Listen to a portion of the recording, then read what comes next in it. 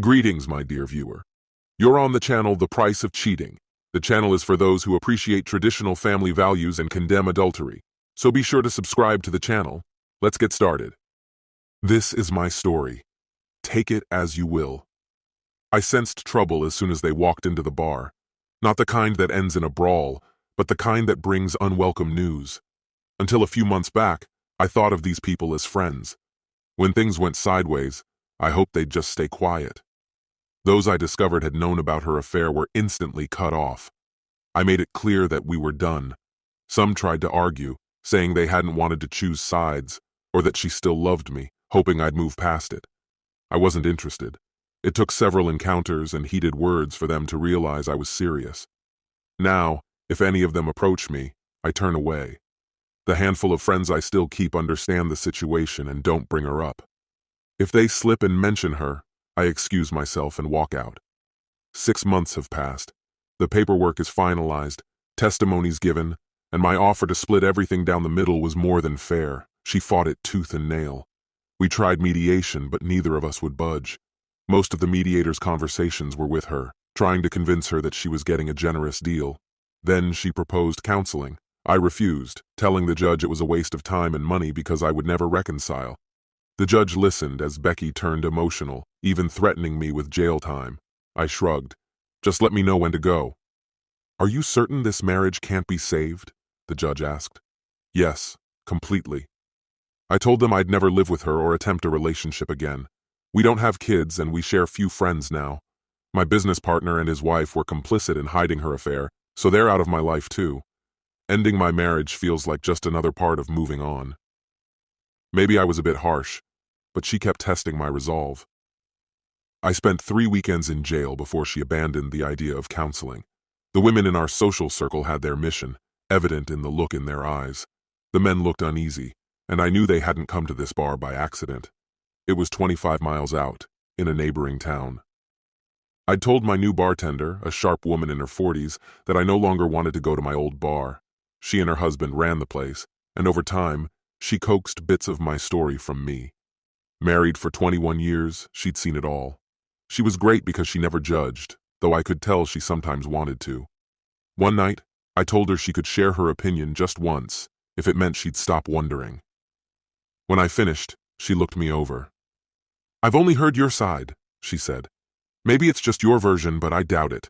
You probably did the right thing by leaving, but it might do you good to hear her side. It might help you understand, or maybe it'll just make you angrier. It's your choice. She ended with, next beer's on me. I admired this woman.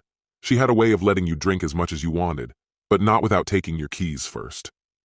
She seemed to pick up on something when she saw the group walk in and noticed my face grow cold. Friends? She asked, tilting her head towards them. I don't know, I replied, feeling the weight of it all. Guess I'm about to find out. She shot me a warning look. Don't go doing anything reckless. Just give me a signal if you want them gone, and I'll clear them out for you. 10 minutes crawled by in silence before anyone spoke. Todd finally walked over, standing beside me. Hey, Jace, how are you holding up? He asked. I'm fine. Family's fine. Everyone's fine. I kept my voice flat, giving nothing away. What's this about, Todd? What do you need? My unbothered tone seemed to throw him off a bit. He nodded at his 2 buddies standing by the door. Look, none of us want to be here, all right? But Becky's been in tears about how you're being mean over something she says she's genuinely sorry for. You won't let it go, and she's miserable. You remember what it's like being married. Technically, you still are, and she just won't move on. So, we tracked you down, and here we are. Would you at least hear her out? And if I say no? If I tell her to leave me in peace? I asked, unflinching. He sighed. It'd probably crush her, and she'd just keep coming after you anyway. Just do this, Jace. I let the silence stretch a bit longer. All right, I'll talk. But remember what I told Jeff, Angela, Bob, and Gloria? That still stands. We do this and it's over. I'm done. No more tracking me down. Todd clenched his jaw, but I didn't care. Got it? He looked a little wounded, but nodded. Understood, he said. You've changed, man. Gotten so hard. Will I talk to them now? Sure, but let me ask you something first. I leaned in slightly. If your wife were unfaithful, would you forgive her? He chuckled bitterly. That wouldn't happen. She loves me. I gave him a long look. Yeah, Becky used to say the same thing. Didn't stop her, did it? Todd's face darkened as I continued. First, pass a message to Sandy and George. Tell them what I said and make sure they get it. Have them come over and say they're on board.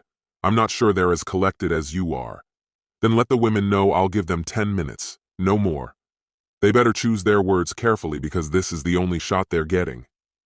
I leaned back, waving him off. Guess I've got time for one more beer. I turned my back on him, feeling his stare linger for a beat before he headed back to the others. I watched in the mirror as he filled them in, their heads snapping up as an argument started. After a moment, Sandy threw up his hands in exasperation and came over. I've always respected you, Jace. You didn't deserve this mess, he said, looking genuinely remorseful. I feel bad it came to this. Tina's the one pushing for this meeting, but I'm out after this. On the drive back, we're having a serious talk. This is the last time I get dragged into her meddling. Guess this is goodbye. He held out his hand. I shook it. Goodbye, Sandy. You're one of the good ones. If I'm ever back in town, I'll look you up. Just you, though. He gave me a nod of understanding. George, on the other hand, never liked me much, so he didn't seem to care. When I finally turned to face the women, they were watching me closely, waiting. I let a few seconds pass before I took a deep breath, walked over to their table, and sat down. They immediately started in, but I raised a hand, pulled out my phone, and set a 10-minute timer. I saw the flicker of irritation cross their faces. All right, I said coolly. You have 10 minutes. Go. Tina rolled her eyes in annoyance. Really, Jace? I glanced at the timer. 9 minutes and 49 seconds left, I responded. They all started talking at once, voices overlapping until they caught themselves, quieting and looking at Carrie as if she were their designated speaker. Carrie gave me an apologetic look before beginning. I know it's not our place to interfere, but before she could finish, I slammed my hand on the table, silencing them instantly. Exactly. This isn't your business, and you should stay out of it. But no, you just can't help yourselves, can you? You think, because we're all friends, that you need to help me see reason, right? I let the question hang for a moment, waiting. Then where were you when she was cheating on me? Why didn't you step in then? Any one of you could have told me, saved me from all that. But no one did. Some of you even covered for her. I'm done. I reset the timer. They sat there, stunned into silence, until finally, Carrie spoke up again, her tone strained. Jace, come on. It was a mistake. She didn't mean for it to happen. Silence followed, as if they didn't know how to respond. She's miserable, Carrie continued. Her parents barely speak to her. Her boss is fed up. She cried when she found out you kept her from getting fired. And? I replied, rolling my eyes. So she's facing some consequences now, and I'm just supposed to forget everything? Forgive and forget? Just like that? I shook my head. I'm a lot calmer when you're not pushing her back at me, honestly. Do you all really think you know what's best here? They exchanged uneasy glances, but nodded. Is that how you all feel? I asked. They nodded again, starting to talk over each other before I raised my hand to stop them. Let's pause the timer. I turned to Carrie. Carrie, let's say you found out George was cheating on you, and we all knew and kept it from you. Would you be able to just move on? Forgive him because you love him that much? Her expression darkened, but she managed a reluctant nod. Fine. And if it was a friend cheating? Could you forgive them too? Carrie shifted uncomfortably, the room thick with tension. I'd like to think I could. If they were really sorry, maybe. I couldn't help but grin. Good to know because Jan and George have been seeing each other for about 8 months now. I wasn't sure at first, but I heard the rumors. I paused for effect, then continued. Before you ask, I thought about telling you, but I figured you could find out on your own, just like I did. By then I was over it. Over all of you. That's why I left. People said folks here were more genuine. I looked at each of them, savoring the stunned silence. So keep your hypocritical advice to yourselves. For a moment, no one spoke, the weight of it all hanging heavy in the air. I took a deep breath. All right, Carrie, why don't you go tell Jan you forgive her? Jan, you can promise to stop in a few months. Just think, your marriage will be stronger than ever, just like the cheater's handbook says. I paused to catch my breath, then added, let's get Todd and George in here so we can really clear the air. And Carrie, don't be too quick to judge. Or I might mention that guy from your last girls' trip to the beach. Tina, Sandy, you two might want to start looking for new friends. I stood up, giving them one last look. This group is done. As for me and Becky, we're done talking about it. But you all have plenty to work out amongst yourselves. I'm out of here. Let's never do this again. Goodbye. It might have seemed harsh, but I felt no remorse. The table had erupted into a chaotic scene, yelling, crying, and even a few slaps thrown in for good measure. Sandy had pulled Tina aside to another table, keeping his voice low but wagging a finger at her as she sobbed. Eventually, Marge, the bartender, gave them an ultimatum: calm down or take it elsewhere. One by one, they all filtered out, except for Tina and Sandy, who stayed behind. Tina approached me slowly, her gaze lowered. "I'm sorry," she whispered, barely meeting my eyes. After a moment, she seemed to gather herself and looked up.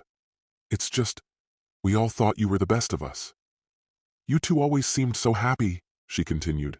"When you and Becky split up, I thought it was just a bump, something you'd work through. I don't think any of us realized how serious this was, least of all Becky. You're really over it, aren't you?" "Yes, Tina, I am." I gave her a reassuring look. "But you've got it wrong. The two of you are the best people I know. Take this as a lesson. Be careful with your friends. Don't take anyone for granted." I gave her a nod toward the door. "Go home, take care of each other, and if nothing else, remember what happened here and what betrayal can do. It's never as simple as it seems. Maybe I'll see you two around." Sandy squeezed her hand and offered a soft apology before they headed out, fingers intertwined.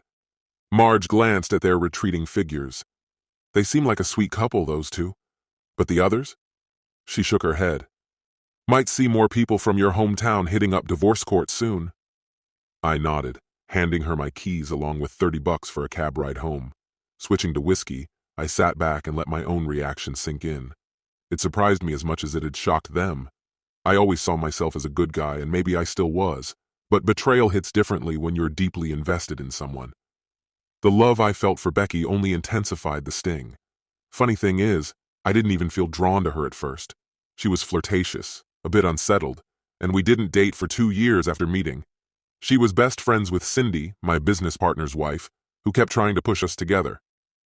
"Give it a rest, Sin," I'd say, grinning. "We're just not into each other." "Speak for yourself. I know she's interested. You'd be good for her," Cindy would insist. Half drunk, I'd kiss her on the cheek and tease her. "But would she be good for me, dear Sin?" Cindy let it go, for a while anyway. Months later, Alan, my business partner, approached me with a favor.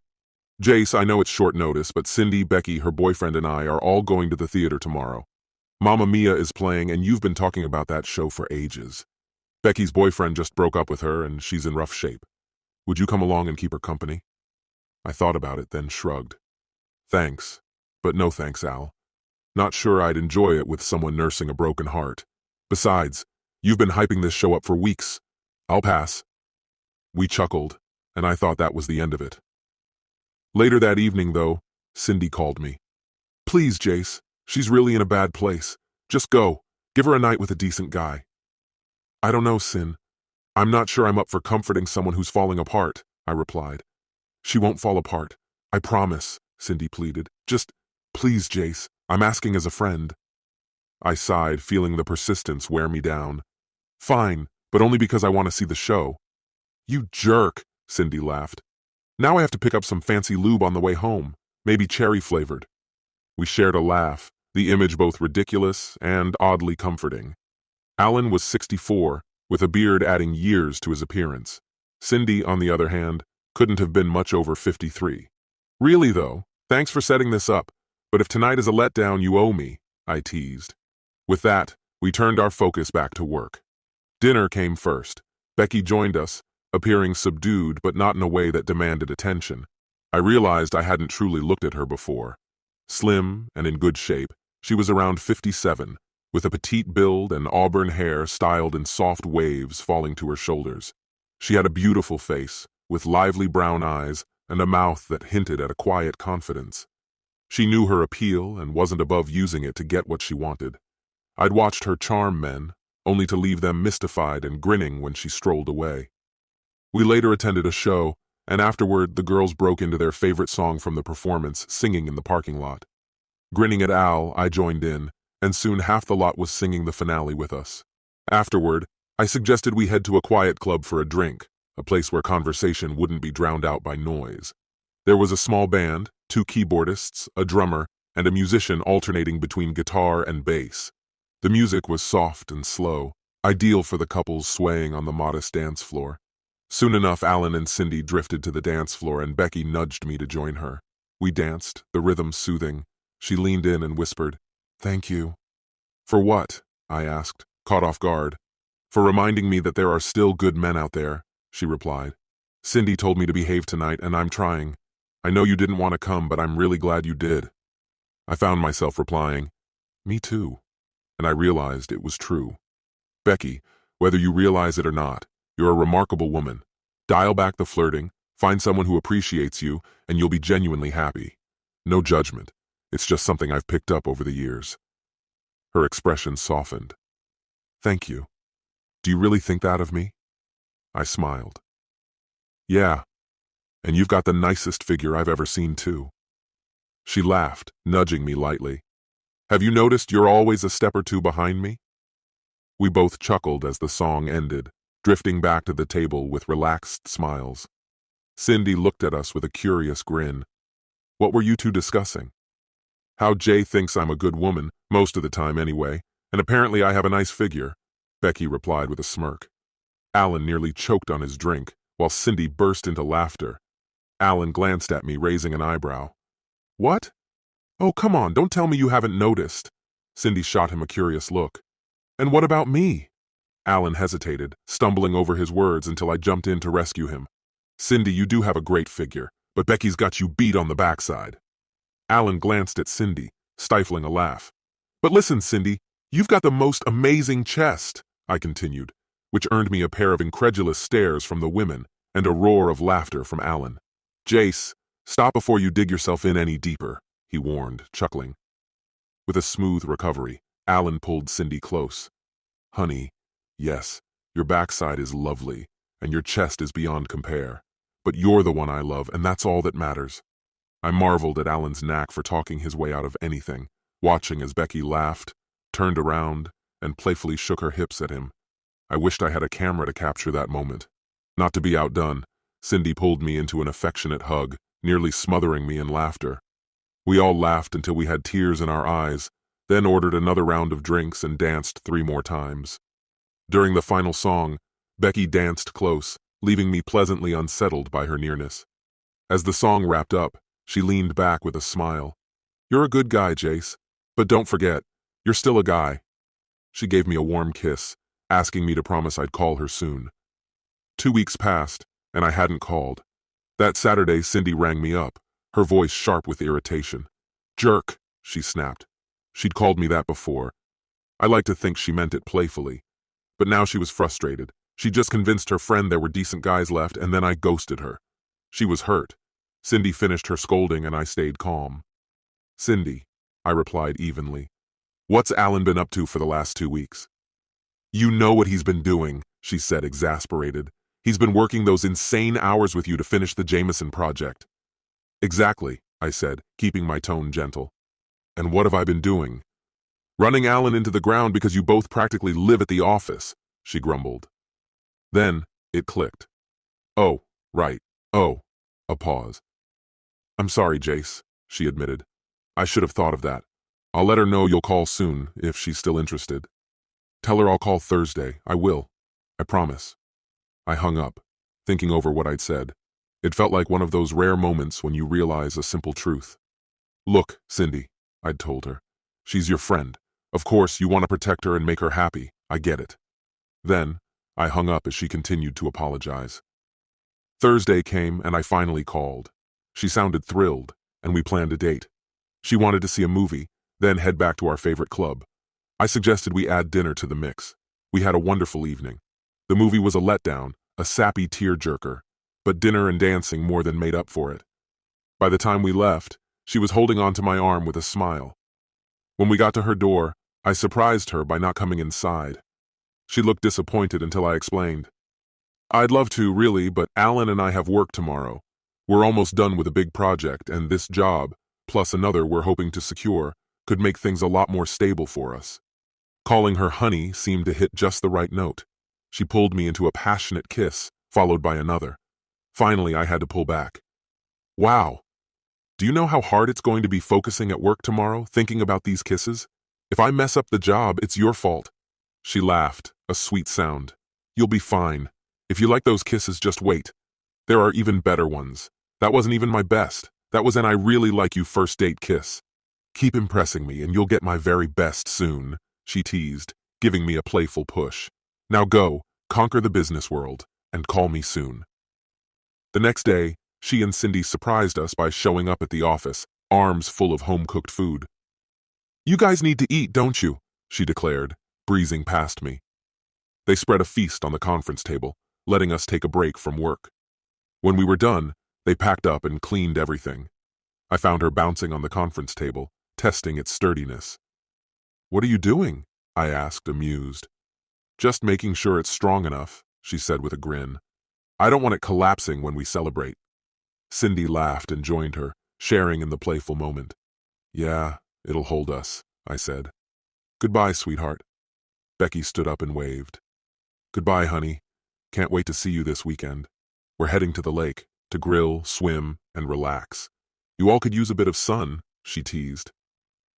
Working in advertising has taught me that it's essential to spotlight the best aspects and keep flaws hidden. Both girls had brand new swimsuits.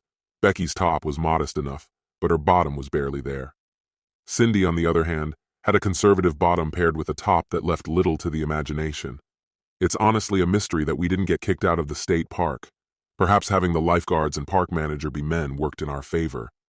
Alan and I almost charred the stakes because we couldn't stop staring at them. Finally, the girls laughed and slipped on light cover-ups. We ate, splashed around in the water, and even joined a volleyball game against a group of 4 guys. Whenever they began to pull ahead, Becky would casually bend down for the ball, or Cindy would jump just a little too energetically. Despite our skill level, we won the game, thanks in part to their distractions. As dusk approached, they led us back into the water, pressing close. Their nearly bare skin against ours was electrifying. We started kissing until Becky pulled back, ducking underwater, only to surface with a playful grin. Cindy followed her lead. Sorry, she said, a teasing smile on her lips. We were getting a bit too warm.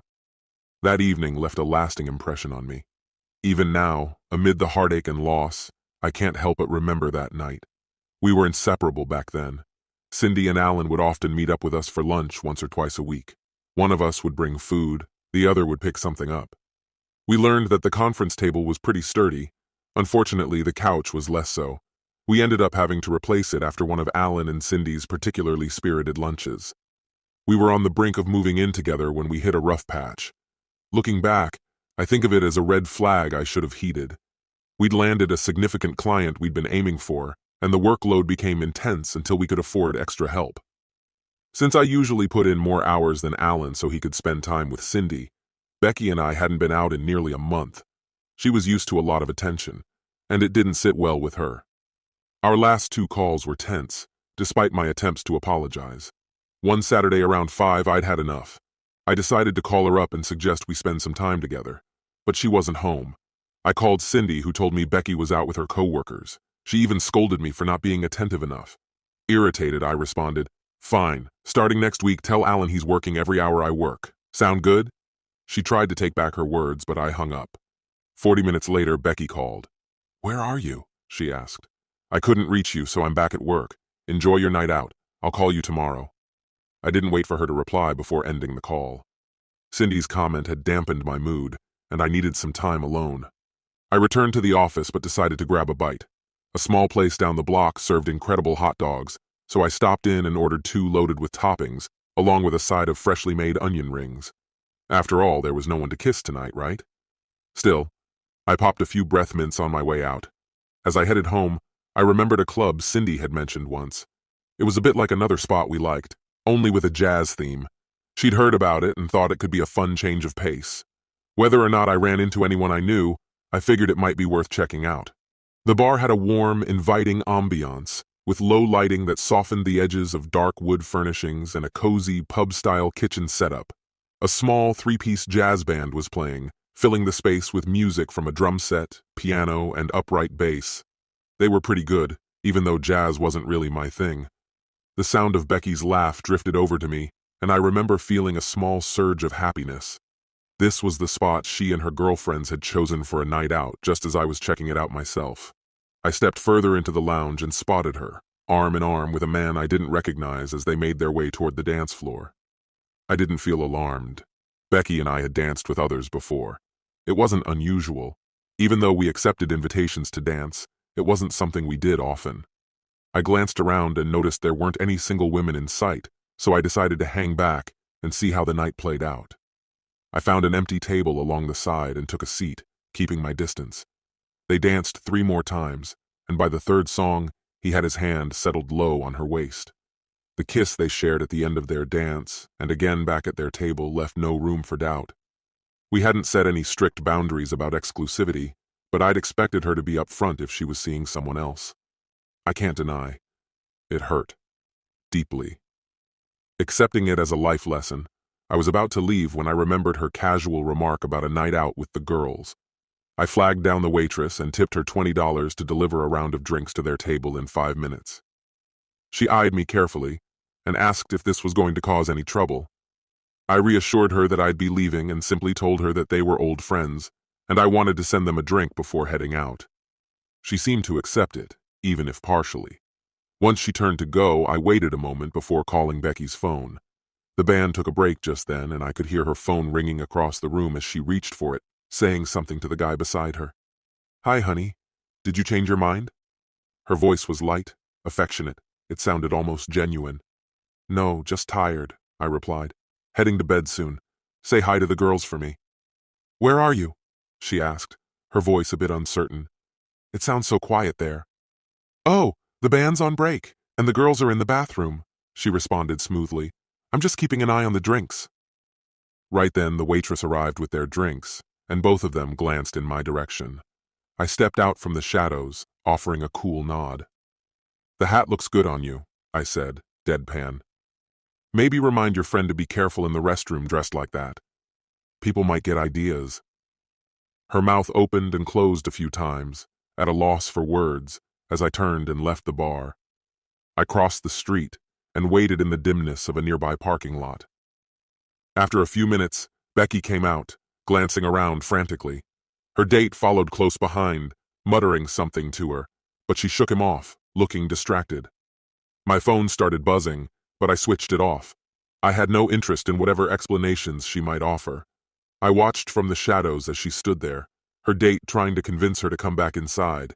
She kept refusing, and eventually he gave up and headed back alone. I wondered what she was still standing there for. About 15 minutes later, Cindy pulled up in her SUV. Without waiting for her to notice me, I drove off, taking an alternate route to avoid any confrontations. I stopped at a motel, paid cash, and let myself sink into a deep, uninterrupted sleep for the next 10 hours. When I returned home the following day, the house was empty. I took a long shower, changed clothes, and left again, not in the mood to linger. I stopped by the office, but seeing Alan and Cindy there gave me the feeling Becky might not be far. I turned around and drove straight to the mountains, 4 hours away, where I called and left a message at their house. I explained that I needed a break and wouldn't be back until Tuesday. The mountain air was refreshing, and I spent the next few days enjoying the sunlight and solitude. I ate whenever and whatever I felt like, and even stopped by a tourist shop to pick up a few souvenirs. Tuesday morning, I arrived at the office early, parking my car out of sight. When Alan spotted me, he nearly jumped in surprise, his hand darting for his phone. "Use that, and I'm off for the rest of the week." "Clear?" I said, locking eyes with him to make sure he understood. He nodded, his gaze unwavering. "Good, let's dive in." The break had recharged me. I felt sharp, brimming with fresh ideas. "Let me know what you think," I said, and we dove into the work, powering through until lunchtime. By noon, he seemed energized by our new direction. I told him I'd be back in an hour, even though I usually just grabbed a quick sandwich at my desk to keep the momentum going. When I returned, Cindy showed up shortly after. She looked tense, but before she could say a word, I raised a hand to stop her. "Let me go first. Becky doesn't owe me anything except honesty. We never agreed to be exclusive. I wouldn't have liked it, but I would have understood if she wanted to see other people. But lying about who she was with and where she was, that's different. That says something. Cindy opened her mouth to respond, but I held up my hand again. I'm not done. Tell her not to contact me. I'll reach out when I'm ready this week. And one more thing. Did you know she was out on a date and lied to me about it? Because if I think you were in on it, that's going to affect our friendship. If I can't trust you, you're not my friend. Got it? Cindy looked taken aback, her face pale, and I noticed Alan fidgeting uncomfortably nearby. I didn't know, she said after a pause. If I had, I would have stopped her. I'm furious with her, Jace. I thought she was maturing. I really let her have it. When? I pressed. What do you mean? She asked, confused. When did you confront her? That same night, she replied, looking defensive. She called me from the club, crying. We spent half the night searching for you. Eventually, we just crashed at my place for a few hours. By the time we woke up, you had already left. Can I at least call her and let her know you're back and willing to talk? I sighed, softening a little. Maybe she was telling the truth. Fine. Go ahead. But let's get back to work. You've got a lifestyle to maintain. By 6, I was ready to call it a day. I'm done, I told Alan. Are you serious? There's still so much to do. And it'll be here tomorrow, I replied. I'm not overworking myself anymore. He looked shocked as I walked out. The next morning, I placed an ad for an associate. Alan wasn't thrilled. It would mean a cut in profits. Fine, I said. I'll pull the ad, but then we work hourly instead of salaried. He knew I clocked more hours than he did and dropped the argument. I ended up hiring a recent graduate, sharp but still green. I invested time in her training and she picked things up fast. With her on board, our workload became manageable and our business grew. Ada and I kept the creative ideas rolling while Alan handled the client side of things. True to my word, I called Becky. There was silence on her end until she finally managed. I'm sorry. For what exactly? I asked, keeping my tone steady. I wasn't about to make this easy. For lying to you, for going out behind your back, I felt trapped and needed to get out for a bit.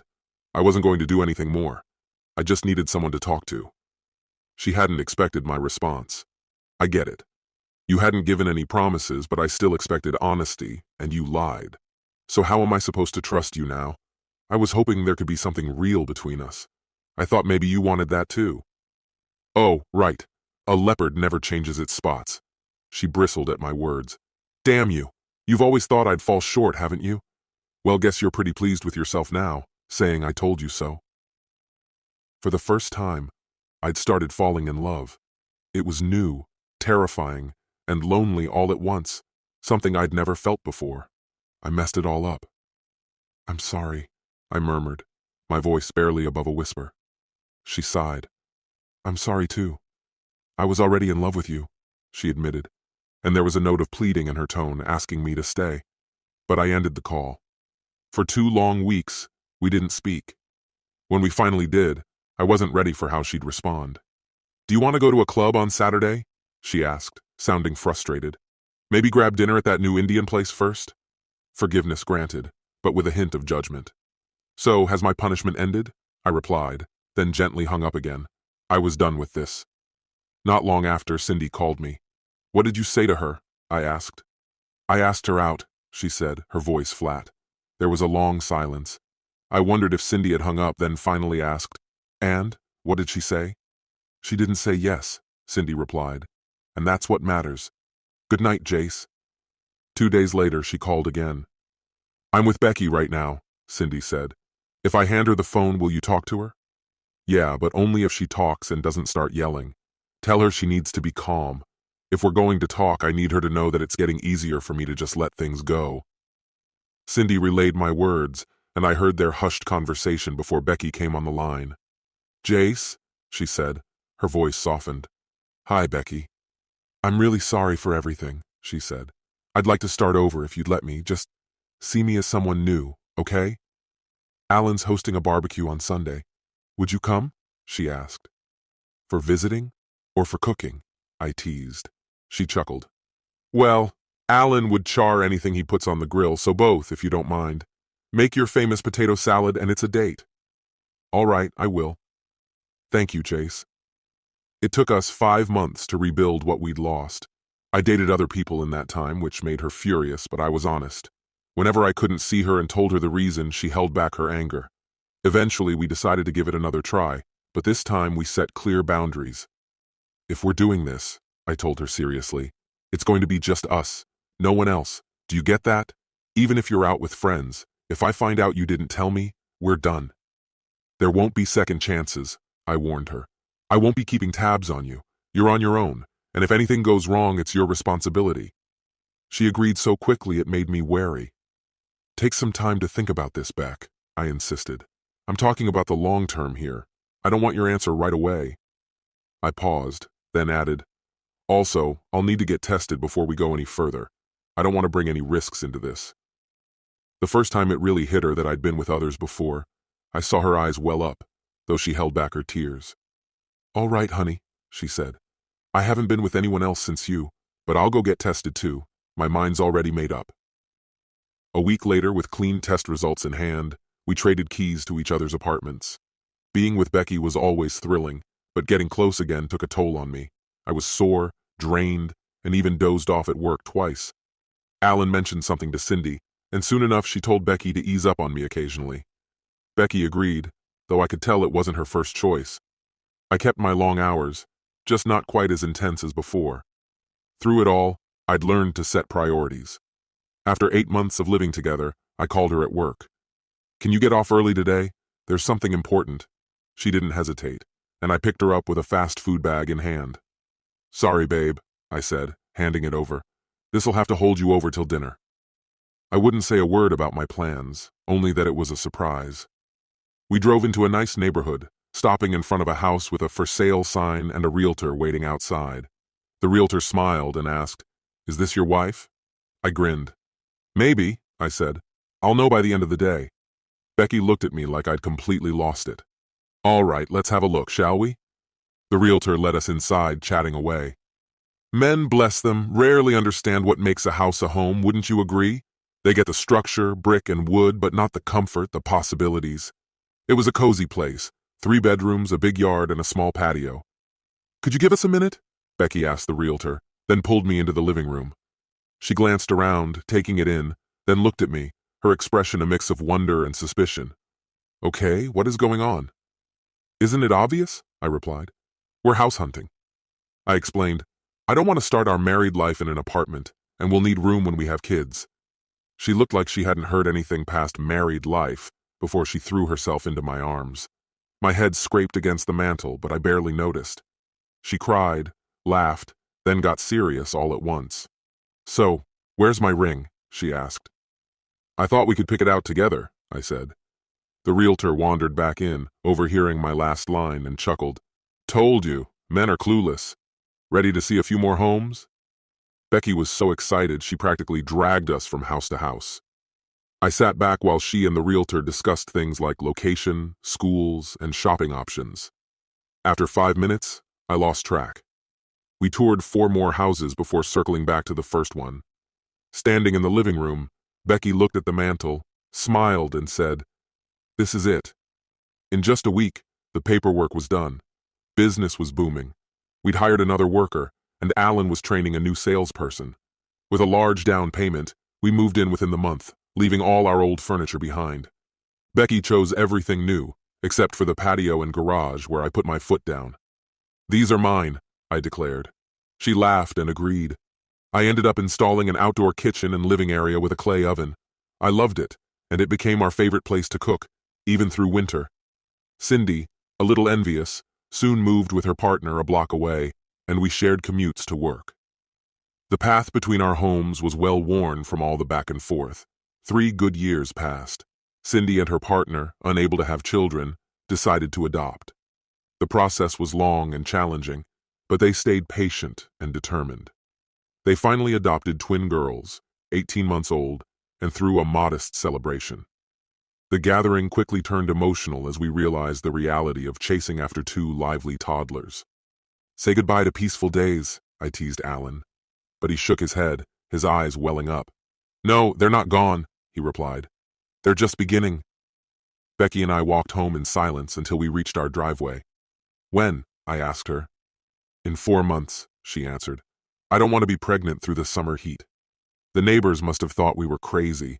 There we were, kneeling in our driveway, embracing each other with tears streaming down our faces. Then, as if on cue, the economy took a downturn. Just 6 months later, Becky's company shut down abruptly, leaving her without a job or any severance. She was devastated, understandably. Don't worry, honey. A lot of companies are struggling, even some of our biggest competitors. We're actually getting new clients from their former business, so I might need to work a bit more, but we'll manage.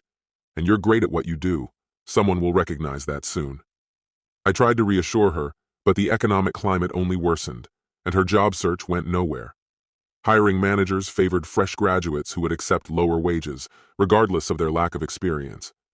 Becky was anxious and disheartened, but she found a new routine by joining a nearby gym with Cindy. They'd push the kids in strollers and work out together, which helped her cope for a few months. She grew stronger and even started volunteering for large causes, hoping to network and maybe land a new position. I wasn't thrilled about it, as she often had to travel for charity events on weekends, but I kept quiet. I could see it was good for her. One Friday night, she returned home at 2 a.m. and gently woke me, glowing with excitement. I got a job! I'm the new assistant event coordinator for the Sloan Group. Tonight was my trial and they loved me. They handle 4 major charities. It's not the same pay as my last position, but it's close. I hugged her tightly, sharing her joy. Nearly a year passed, and still we weren't expecting. We consulted our doctor, who looked over our test results. You're both healthy, he said. There's no medical reason you shouldn't conceive soon. But stress affects fertility.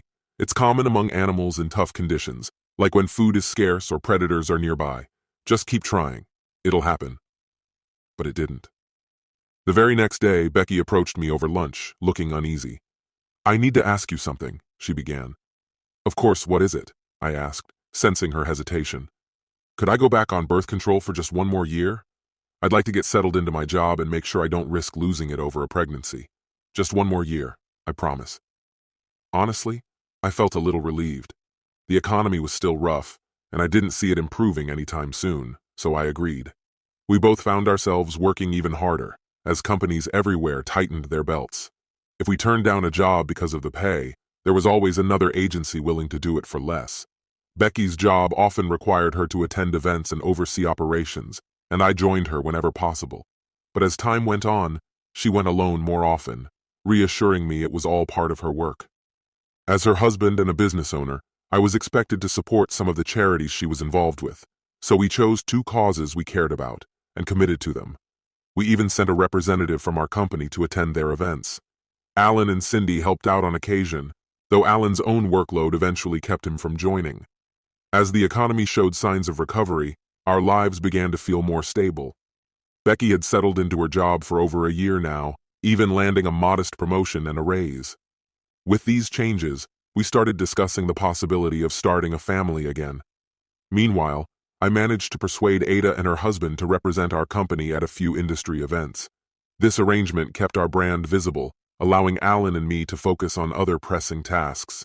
Ada was thriving in her role, so much so that even rival companies had begun reaching out to her with job offers. I told her not to feel guilty if a particularly good offer came along. She'd earned it. But she reassured me she hadn't received anything too enticing. Yet, I teased. Despite her success, Ada seemed distant lately, rarely engaging with me outside of what was strictly necessary. I wondered if a lucrative job offer had finally come her way, prompting her change in demeanor. I called her into my office to address it directly. You haven't been yourself, Ada, I began. If I've noticed, others surely have too. Is something on your mind? Ada, usually confident and cheerful, appeared tense. She avoided eye contact, nervously adjusting her dress. I've been thinking about this for a while, she said quietly. My husband insisted I should talk to you, so here it is. Please don't be upset. My initial assumption was that she was planning to resign. But instead, she reached for her tablet, nervously scrolling through it before handing it to me. What I saw left me speechless. A sequence of photos of Becky with a man I didn't recognize. In the images, they laughed together, held hands, kissed, even danced closely, his hands resting on her hips. Another photo captured an intimate moment in a dimly lit room, the two locked in a passionate embrace. These were taken over the last few events we've both attended, Ada explained. I don't think she recognizes me or even knows that I work for you. The last time I saw her, she was polite but professional. She paused, visibly uncomfortable. Maybe you already knew about this, but I didn't want to assume. Please don't be angry with me. I sat in shock, struggling to process it all. Part of me wanted to dismiss it as some elaborate joke, a setup that Becky and our friends might reveal with laughter and reassurance. But deep down, I sensed the truth. After a long moment, I assured Ada her job was safe and asked her to send the images to my computer. She looked at me with concern. "You didn't know, did you?" she asked softly. "I'm so sorry. If you need anything, I'm here." She walked over and gave me a hug, a rare gesture in all our years working together. "Again, I'm really sorry." "So am I replied. "Please, let's keep this between us." She nodded, promising to keep her silence, then left, clearly unsettled by the look on my face. Usually I could think of some course of action, but this time I felt paralyzed. In search of clarity, I turned to what I always did when faced with a complex problem. I started gathering information. All I had were a handful of photos taken by an amateur, and I needed more concrete evidence. Enter Johnny Walker, a private investigator with a reputation for discretion and precision, despite the irony that he hated Scotch. "I should have been called Jim or Jack," he once joked. "I'm a bourbon guy through and through." After hearing his credentials, I hired him. Within 2 weeks, Johnny had compiled everything I needed. We arranged to meet discreetly at a bar his friend owned, in a private room away from prying eyes. I wanted to avoid visiting his office and left nothing to chance, even going as far as buying a burner phone solely for our conversations. I stored it, locked, in my desk drawer. I know it may sound excessive, but if this investigation turned out to be a misunderstanding, I didn't want Becky discovering that I'd been checking up on her. That would only make matters worse. As he handed me a small briefcase, he spoke with a measured tone. "Everything's here. Photos, videos, interviews with her friends and colleagues. Surprisingly, some of them didn't even know she was married. She doesn't wear her rings at the office. They didn't take many precautions." I nodded solemnly, sliding a check his way and reaching for the briefcase. But he paused me with a concerned look. "You're not going to do anything rash, are you? Something destructive? Violent?" His words hung in the air as he studied me. "You've been handling this so calmly, and that's not always a good sign. Look, it's just not worth ending up in jail over. If you can't forgive her, just walk away, let it go." I reassured him. "I have no intention of hurting them, not physically at least." They both went into this knowingly, fully aware of the risks if they got caught. I let his words settle, then continued. "I'm not interested in hiding assets, making unreasonable demands, or playing mind games. And I won't fight to keep her. Marriage shouldn't be a battle, and she chose to break it. So I'll walk away. Does that make me weak?" I paused, then shook my head. "No, it doesn't. It shows strength. It shows judgment." He nodded, almost approvingly. "Staying calm and thinking straight in a situation like this? That's rare. They probably didn't consider the fallout. Most people don't." He looked at me intently. "Do you have a lawyer yet?" I shook my head. He scribbled some names on a notepad, tore off the sheet, and handed it to me. "These 3 are solid. The first one's a bit of a bulldog. He loves a fight. The second one focuses on reconciling couples, which may not be what you need here. But the third one? He's your guy. He's known for keeping things amicable, smooth, while still looking out for his clients. If you don't have anyone else in mind, give him a call. Mention me, and he'll give you a discount." As he moved toward the door, he gave one last piece of advice. "If I were you, I wouldn't watch the DVD or look through the photos. It won't help. It'll only fuel bitterness. Same goes for the report. You already know enough, but read the red envelope. There's some stuff in there about your friends and what they knew about her affair. And as you requested, we'll keep the phone tap on for another 2 weeks. Again, I suggest not listening." He left, and I carried the briefcase back to my office.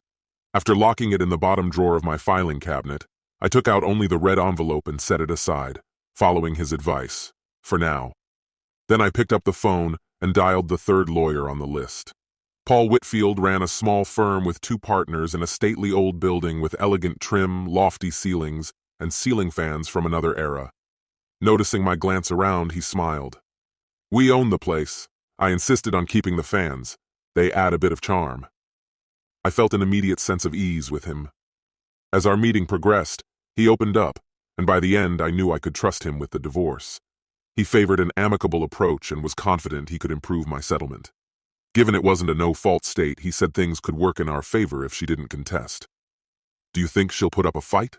he asked. I hesitated. "Honestly, I have no idea what she's thinking or planning anymore. When can we file?" "Thursday or Friday. Your call." After a moment, I replied, "Could we do it on Saturday evening?" He raised an eyebrow. "This isn't about to turn into a spectacle, is it?" For the first time in a while, I smiled. "Probably." "All right," he said, grinning. "Let's hold off until Monday and serve her then. By 7, she should be home. Not in her office, of course. I thought it best to let her keep a shred of dignity. After all, if she lost her job, wouldn't that mean I'd have to support her?" The investigator smiled, giving my hand a quick shake before turning solemn again. "If anything else comes to mind, or you have further questions, just give me a call. Thanks for your business, even if it's an unfortunate situation. Let me know if you want me to notify you before she served the papers." I took care of the logistics. I found a cozy 2-bedroom house in a nearby town, opting for a house rather than an apartment. It would mean a 35-minute commute, but it was quiet, and I doubted she'd track me down there. I opened the red folder. Reading the contents made my blood boil. So many people I knew had either known about or actively concealed her affair. They'd face their own reckoning soon, especially 4 of them. For now, though, I kept my composure, acting normal at work and maintaining appearances at home. By Thursday, she was in an unusually flirtatious mood, hinting at a romantic weekend together. At that point, though, she was just a stranger to me. Love had long since left the picture. "You seem a little distant tonight, honey. Am I not enough for you anymore?" she asked, trying to sound playful, though I caught a tremor of fear in her tone. "You're enough, Beck," I replied calmly. "I'm just tired and stressed. Let's get some sleep." I lay there, unable to bring myself to hold her, so I rolled over and pretended to be asleep. She nestled up close, whispering, "Love you, baby." I stayed silent, feigning sleep. I think she sensed the shift, but she didn't press me.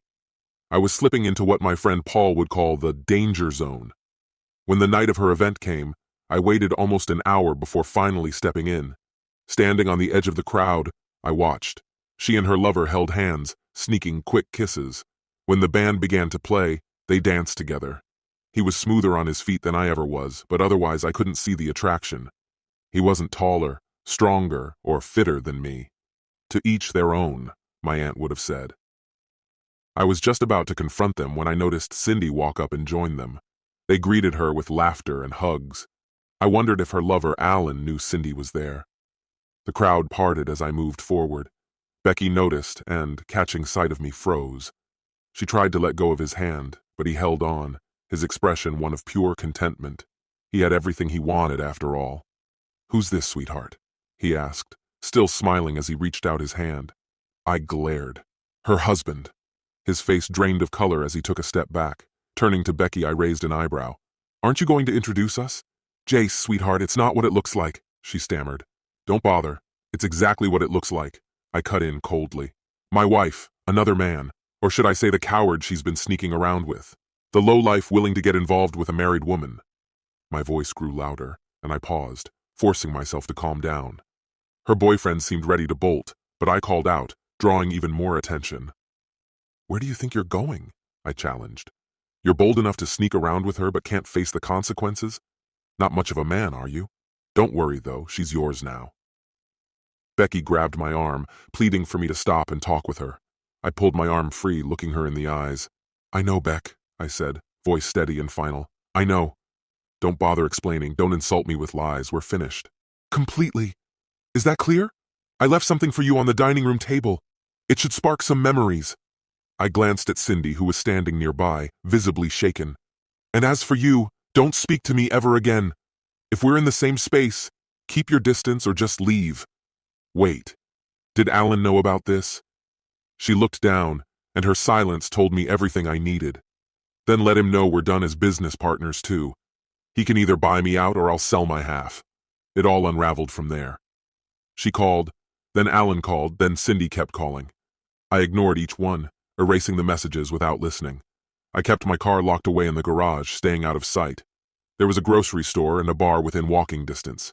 I didn't care for the bar, but the store served my needs. Monday, I surprised Alan by showing up at the office. He opened his mouth to say something, but I cut him off. I know you knew, Cindy told me. I'll never forgive her for helping your wife hide this. And don't try to defend her. She helped by keeping it quiet. Tell your wife to stay away from the office and away from me. If she insists on coming here, then I won't be around. I'll let the business crash and leave. That goes for Becky, her boyfriend, and any of our so-called friends. Enough. I'd already called the police about filing restraining orders, but they advised me to speak with a lawyer. By 9 a.m., Becky and Cindy were pounding on my office door. I called Alan. If you want this business to survive, get them out of here now or I'm leaving for good. I could hear the argument through the door. Becky refused to leave, and Cindy was on her side. Alan tried to reason with them. Please, I'm asking you both. This is his workplace too, and he has every right to handle things his way. If you push, he could file for a restraining order, and that won't end well for anyone. He's seriously talking about selling his share of the business. If I can't buy it, he'll find someone who can. We can't risk that, Cindy. We're finally finding our footing. He's the brains behind this place, and I'm just the one who sells his ideas. If he leaves, it's all over for us, Cindy. Think about the kids. There was a pause, then murmurs, then silence. A few minutes later, he called to let me know, they're gone. You can come out now. I shook my head. No thanks. I'm staying right here where I don't have to deal with this mess. You go back to work, figure out your next move, and send Ada in, please. He started pleading, but I hung up. It had been an eventful few days. Want to hear about it? She asked, settling into a chair across from me. My curiosity got the better of me, so I nodded. I was there. You probably don't even remember, do you? I almost lost it when I saw you, she said. Mac, her husband, and I tried to catch up with you, but you were too fast. Mac said he saw the anger in your face. He said you intimidated quite a few people. After your speech and that dramatic exit, it was chaos for a while. Becky tried to follow you, but Cindy and some guy held her back. I was nearby, close enough to overhear Cindy telling Becky to let you have some time to cool off. Becky, her eyes filled with tears, was insisting that if she didn't speak with you now, she'd never get another chance. But by the time she broke free, you were already gone. Not long after, a lot of the guests started heading out. It seemed the donations that evening fell short of their goal. She paused and looked over at me. Do you know who that guy was? She asked. I nodded. I know his name, his age, where he lives, the car he drives, his past, and anything else a good private investigator could dig up. She shivered slightly. You're not planning on doing anything drastic, are you? She asked, worry flickering in her eyes. Yes, I replied, watching her face go pale. I'm going to completely ignore him. Every time he turns a blind corner or hears a noise behind him, he'll wonder if it's me. He'll be on edge for a while, always looking over his shoulder. Eventually, he'll realize I genuinely don't care about him, and that will sting worse than anything else. And your wife? She asked. They nearly had to carry her out of there. I think it's sinking in for her how rough this is going to get. I don't have a wife, I said, keeping a straight face. Then I gave her a small smile to lighten the mood. But if you ever find yourself single, I'd be there like a politician on election day. She smiled, amused.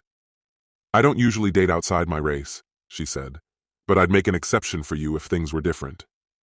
We stood, and she gave me a hug, a warm, genuine hug. I couldn't help but smile. She grinned back. I'm going to stop on my way home and get something nice for tonight's dreams. We laughed, hugged once more, and then got back to work for the rest of the afternoon. When I headed out, there were 2 letters waiting on the seat of my bike. One was from Cindy, the other from Becky. I knew Alan was probably watching as I let them fall to the ground and walked away. I'd barely gone a block when I spotted a familiar SUV trailing behind me. I laughed to myself inside my helmet.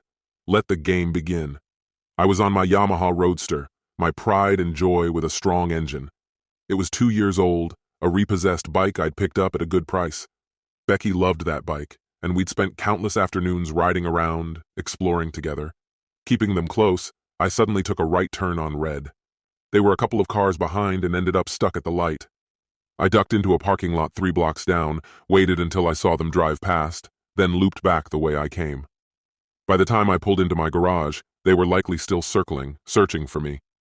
I carried a burner phone and left my regular one locked in my desk drawer. I still used it for business, but I screened and deleted everything except calls from my clients and my lawyer. Eventually, Becky sent a registered letter. I signed for it but sent it back unopened. My lawyer was handling all communications. "She's a firecracker," he said with a slight grin, "and she knows some colorful language." She was staying in the house, and I was paying half the mortgage. I told my lawyer to make it clear that 6 months after the divorce, I'd stop covering that payment. Ideally, we'd sell the place or she'd buy me out, but I knew she couldn't afford it. She refused to get a lawyer of her own. Paul shrugged. "She's not required to, but I can guarantee that the judge will strongly recommend she get one at the first hearing.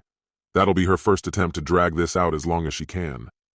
"She's not letting go," I said, recalling the determination in her eyes. "I'm fine with billing the hours," he replied, "but at some point you'll need to either speak with her or consider backing off and dropping the petition." He caught my look and quickly raised his hands.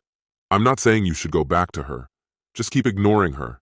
It may take time, but eventually she'll grow tired of this and agree to the divorce." He paused.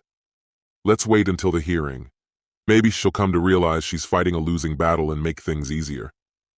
"Do you really think so?" For a brief moment, a sliver of hope sparked in me. "Not a chance," he replied with a smirk, escorting me to the door. Later, she even sent her friends to try talking to me. Bad move. It backfired spectacularly. Word spread about my reaction, and soon most of them got the message. That topic was completely off limits. Then her mother reached out. I'd always liked her, so I told her that if she ever needed anything, I'd be more than happy to help. But I warned that if she brought up her daughter again, we'd never speak. My mom got involved next, trying to make me see things her way. I pushed back, explaining my side. It didn't go over well, so I left and stayed away for 3 months. But the moment I returned, she started in again, urging me to be reasonable. I left again. 2 weeks later she called, voice choked with tears, and promised never to bring it up again. I think she finally understood. Yet now, she just gave me that quiet, resigned look that seemed to say, "You know I'm right." She mentioned, almost in passing, that maybe I should talk to someone. "This anger is changing you, honey. It's not good. You need to find your balance for your own peace." I reflected on her words for a while, trying to keep my anger separate from the rest of my life. It didn't work. It was worst whenever I saw Cindy. She still dropped by the office sometimes, though she'd learned not to bring anything up. My gaze alone communicated my thoughts. Cindy and Alan were struggling. The stress was palpable as they worked to salvage the business. Alan tried once to talk to me. By that point, I'd cooled enough to hear him out, though trust was a different matter. "Jace, please," he pleaded. "If you pull out, I'll be done in 6 months. I've put in as much effort as you have. I'll lose everything. The house, the cars. I've got kids depending on me. They need a good life." Instead of calming me, his words only fueled my anger. "Really? You're playing the kids card? Did it ever cross your mind how I'd feel after learning my closest friends had betrayed me? You should have considered that from the start." "Maybe," I shot back. "If you'd remembered how I reacted last time this happened, you would have stepped in. Were the kids on your mind while you lied to me?" His face flushed with anger. "Get over yourself, Jace. Think about the damage you're causing because you're hurt. She cheated on you. I'm sorry for that. I never should have let myself get involved with Cindy. I was just trying to protect you. Do I need to fight you to make you understand?" That was the wrong move.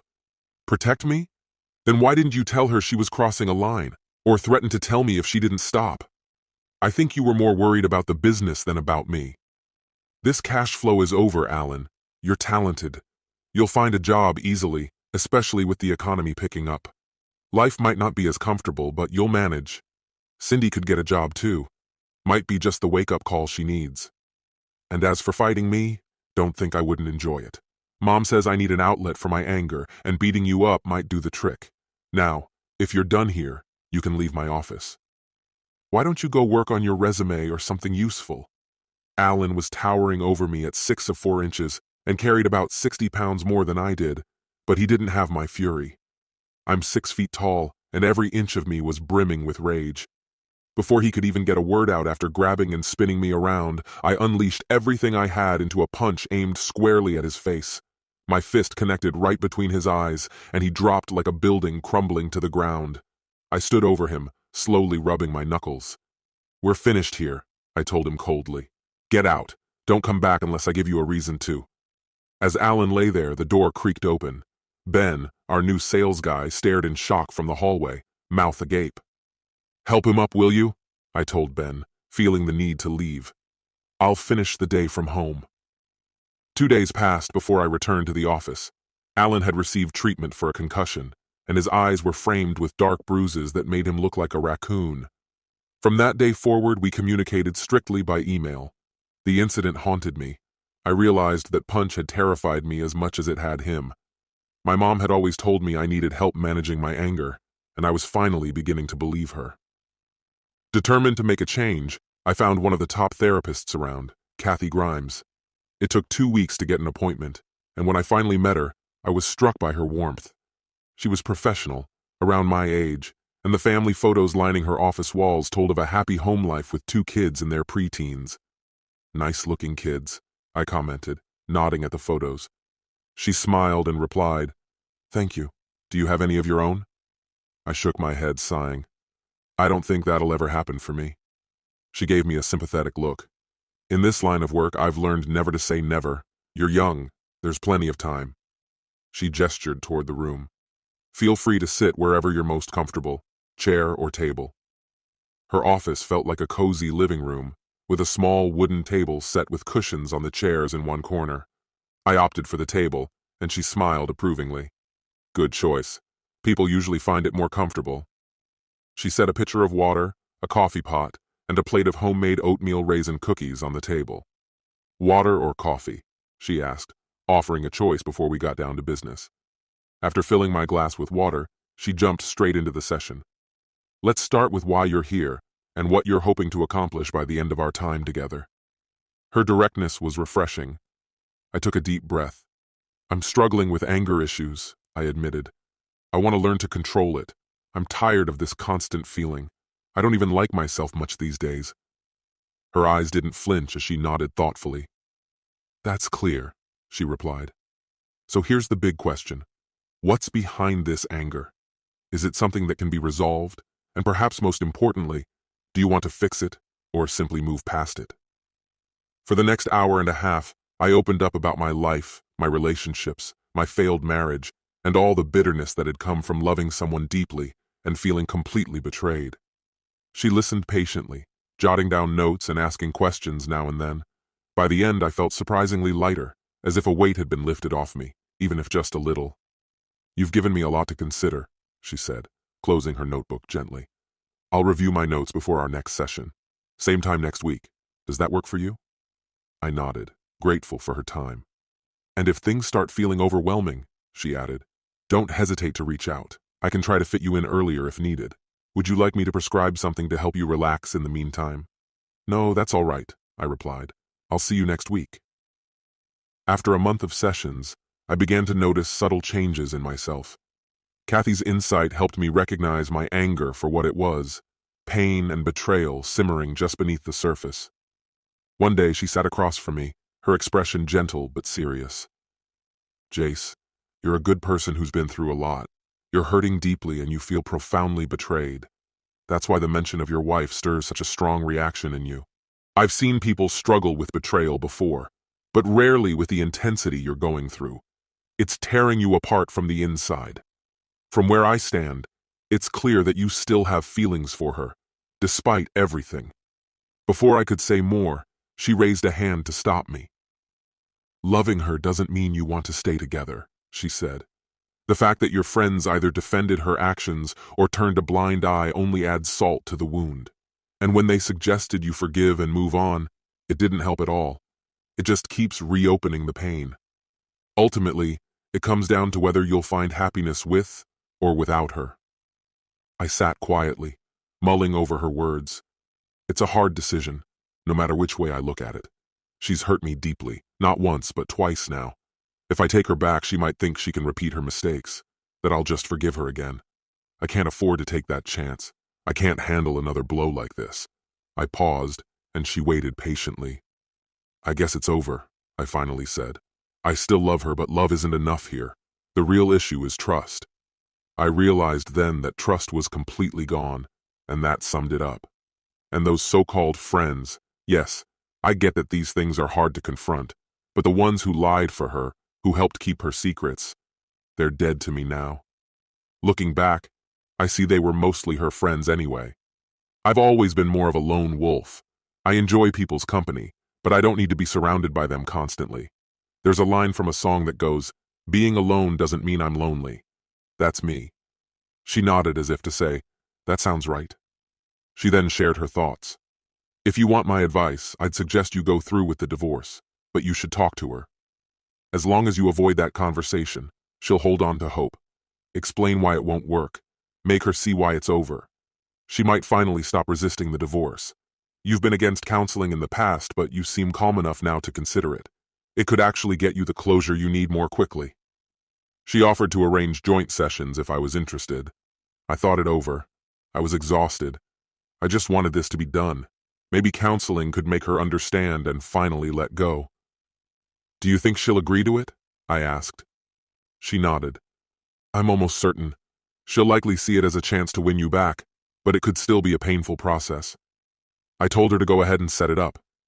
I'd been in agony since I discovered her betrayal. What was a bit more pain at this point? The saddest part was knowing deep down that she still loved me. I knew because, over the next few weeks, I listened in on her phone calls before I asked Johnny to remove the wiretaps. In the early days after our split, her calls were mostly to me. Even the voicemails I didn't listen to on my phone, I ended up hearing anyway. Her messages were filled with pleading, begging me to talk, to give her a chance to explain. After dozens of these, her messages became shorter. "Please talk to me, Jace." Just that. Please. And in her conversations with friends, especially with Cindy, I got a glimpse into her regret. "We really messed up, didn't we?" Becky said. "Yes, we did," Cindy replied. "What was I thinking, Cindy? Why did I even do it?" Becky asked, her voice thick with regret. Cindy laughed, a little darkly. "Because it was fun. You thought you could have him and the other guy and that he'd never find out." Becky sighed, defeated. "I didn't think he'd ever know either. I feel terrible that Alan found out, but I knew he'd keep quiet. He needed Jace too much. Honestly, we all do. You know Jace is trying to walk away from the partnership now, right?" Cindy sounded worried. "If that's what we're like in our personal lives, what might we have been up to in business? We need to fix this, Becky." "But how?" Becky's voice cracked as she whispered, "I see a lot of pleading for forgiveness in our future." And then, she began to cry softly. "There isn't enough pleading in the world to erase this mistake. He's furious. He left me a folder filled with pictures and statements, revealing just how many people were willing to speak against me. It's staggering, and I can't believe we let our arrogance blind us like this." Even some of her friends joined in. Many talked about ways to get me in touch with her, with some even contemplating extreme measures. Most had promised they'd try talking to me, and afterward, they reported back. One woman, in particular, gave her a scolding that's almost funny now. "This is over. He nearly shouted at us, and honestly, we deserved it. He asked my husband if I was truly fine with you having an affair and my role in covering it up. He even questioned what I did when he wasn't around. I'm still pleading for forgiveness. Jack is absolutely livid. I'm pretty certain this is the end for you, Beck. And for us, too. I won't ask anyone else to try reasoning with him. I'm sorry, hun." The other man tried calling her 3 times. She hung up on the first call, but the next 2 were revealing. "Don't hang up, Becky. We're in serious trouble here. We have to talk. Our careers are at risk." "Do you think I care about that, Greg? The worst decision I made was starting to work with you." His irritation was clear. "Get off your high horse, girl. You practically begged for this job. Sure, maybe it was my idea to fool around, but you didn't hesitate when I suggested it. Speaking of which, how about getting together again? He's not coming back, and you know it." The look in his eyes that night was terrifying. We could comfort each other. He'd never find out. She lost her composure. "Remember the last time we thought that? How did that turn out? And if he's this angry now, what do you think he'd do if he found out again?" "No, Greg, not again. Calm down. It was just a thought. I have to face the board next week. They're aware of what's going on. You might get called in too. We need to figure out how we'll handle this." She laughed. "Handle it? If they ask, I'll be honest. We had an affair. We're both responsible. I'll promise it's over and that it won't happen again if they'll let me keep my job. They probably won't." He tried again.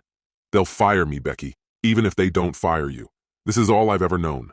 If I'm let go and word gets out, I'll never work in this field again." Her tone softened. I'm not trying to throw you under the bus, Greg. We're both at fault. But I have to be truthful. If I'm not and Jace finds out, I'm finished. I do care about you, Greg, but you're not worth losing my marriage. She seemed genuine. I arranged a meeting with their boss, who arrived with his lawyer, clearly worried I might sue. Losing funding would be devastating for them in this economic climate. Their organization has a strict moral code. If they're seen as immoral, they could lose contracts and have difficulty attracting new charities. They've always had a spotless record. I played a tape for them. Before you say anything, understand this recording is legal. If things get messy, I'll use it in my divorce. I let them sit in suspense before revealing my terms. I won't pursue legal action if you agree to what I'm asking. First, my wife must never know about this meeting. Second, reprimand her, demote her, do what you need, but don't fire her. During our divorce, she needed a job, and I let her know I didn't mind what happened with Greg. Frankly, I suspected he'd been unfaithful before and wouldn't be the last time he caused trouble. But that was just my view. We came to an agreement. Though we couldn't document it, I discreetly recorded our conversation. I handed over the recorder but kept a second one running without mentioning it. This tape is for you in case I ever stir up trouble, I told them. One more thing. You have a volunteer, Cindy Waller, who helped my wife in the affair. It'd be better if she no longer worked with your organization. They nodded, understanding. Becky was demoted and put on probation but kept her position. Cindy, meanwhile, was told her help was no longer needed, which frustrated her. She complained to Becky, "This is all Jace's doing." And maybe it was. Alan would likely agree if he were honest. People judge you by the company you keep, and I'd become bad company. Greg was allowed to leave voluntarily with no endorsement. He called Becky once to say goodbye, but I have no idea where he went after that. Eventually, I was let go, politely but without a recommendation. It felt like a clean goodbye. Becky expressed sympathy. "I'm sorry, Greg," she said, "but we kind of did this to ourselves." "At least you're not married," I commented, to which he hesitated. "Actually, I am," he admitted. "She's overseas in a tough assignment. She'll be back in 3 months." Her shock was palpable. "You jerk! How could you do that to her? At least Jace is safe and close to home." Greg sighed. "I know I'm a jerk," he admitted, "but I was lonely and you were here. I'm sorry, Becky. Are you going to tell her?" "No," he replied, regretful. "I don't even know how to reach her right now, and honestly, she doesn't deserve this. I'll try to do better when she's back." "Then love her when she returns and don't make this mistake again," Becky urged. He promised, apologized again, and wished her well with Jace. "You're strong, Becky," he said softly. "I hope you and Jace work things out." She cried as she ended the call. I considered contacting his wife, but ultimately decided against it. If he stayed on this path, she'd find out soon enough. Later, Kathy reached out to Becky, who seemed ready to talk to me. Kathy suggested that Becky attend 3 solo counseling sessions first, likely to help her process things alone. But Becky insisted on pushing ahead. When the first session came, I anticipated she might try to catch me off guard, so I arrived half an hour early. She was surprised when Kathy brought her in, finding me already there. "Jace!" she gasped, reaching for a hug, but Kathy stepped in, holding up a hand. "Becky, if you want this to work, he needs space," she explained. "Jace doesn't want any physical contact. If you can't respect these boundaries, he won't come back. Is that clear?" Becky hesitated but finally nodded and sat down across from me. Kathy looked at both of us. "Remember to be calm, speak clearly, and avoid any drama," she reminded us. "Becky, would you like to start?" Becky took a deep breath, gathering herself. "First," she began, "I want to apologize, Jace. I know what I did was wrong. You have every right to be angry. I can't justify it. There's no excuse for what I did. I can't even explain why I did it. Was the cost worth it? Not in the slightest. Would I make the same mistake again? Absolutely not.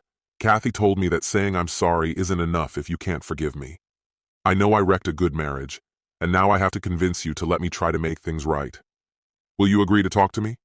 After we finish our counseling, if forgiveness still feels impossible, I won't resist a divorce." I looked between you and Kathy, noticing her influence. Maybe these one-on-one sessions have been beneficial after all. She waited for me to speak, and I decided to finally break the silence. "I know it took a lot for you to say that, Beck.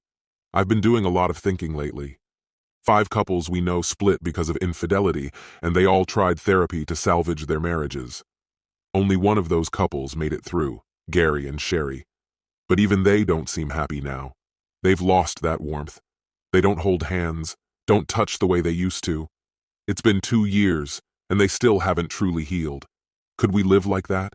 Constantly on edge, with me doubting every excuse if you were gone even for an hour or two, constantly searching for reassurance, checking your things, monitoring your phone and computer. I can't do that. Becky flinched at my words, but her resolve didn't falter. If it means having you beside me every night, I could. I'd do whatever it takes to prove I've changed and to earn back your trust. Frustrated, I threw my hands in the air. There it was again. Trust. How could I ever trust you again? You lied to me even in the beginning, back when we were just dating. I should have seen the signs. And now, after years of building a life together, planning for a future, you've done it again. Were you lonely? Bored because I was focused on building a future for us? Because I didn't have the time to take you out enough? Getting this out felt almost relieving, though Becky looked devastated. Kathy stepped in then. Our time is up, she said gently. I have an assignment for each of you before our next session. Becky, I want you to reflect on what Jace said and come prepared to explain, in specific terms, how you intend to rebuild trust. Jace, I need you to ask yourself whether you're willing to release this anger and work toward rebuilding with Becky. Be honest with yourselves, that's all for today.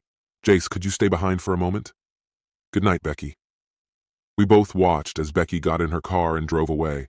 5 minutes later, she'd left the lot. Kathy looked at me. You're not really planning to take her back, are you?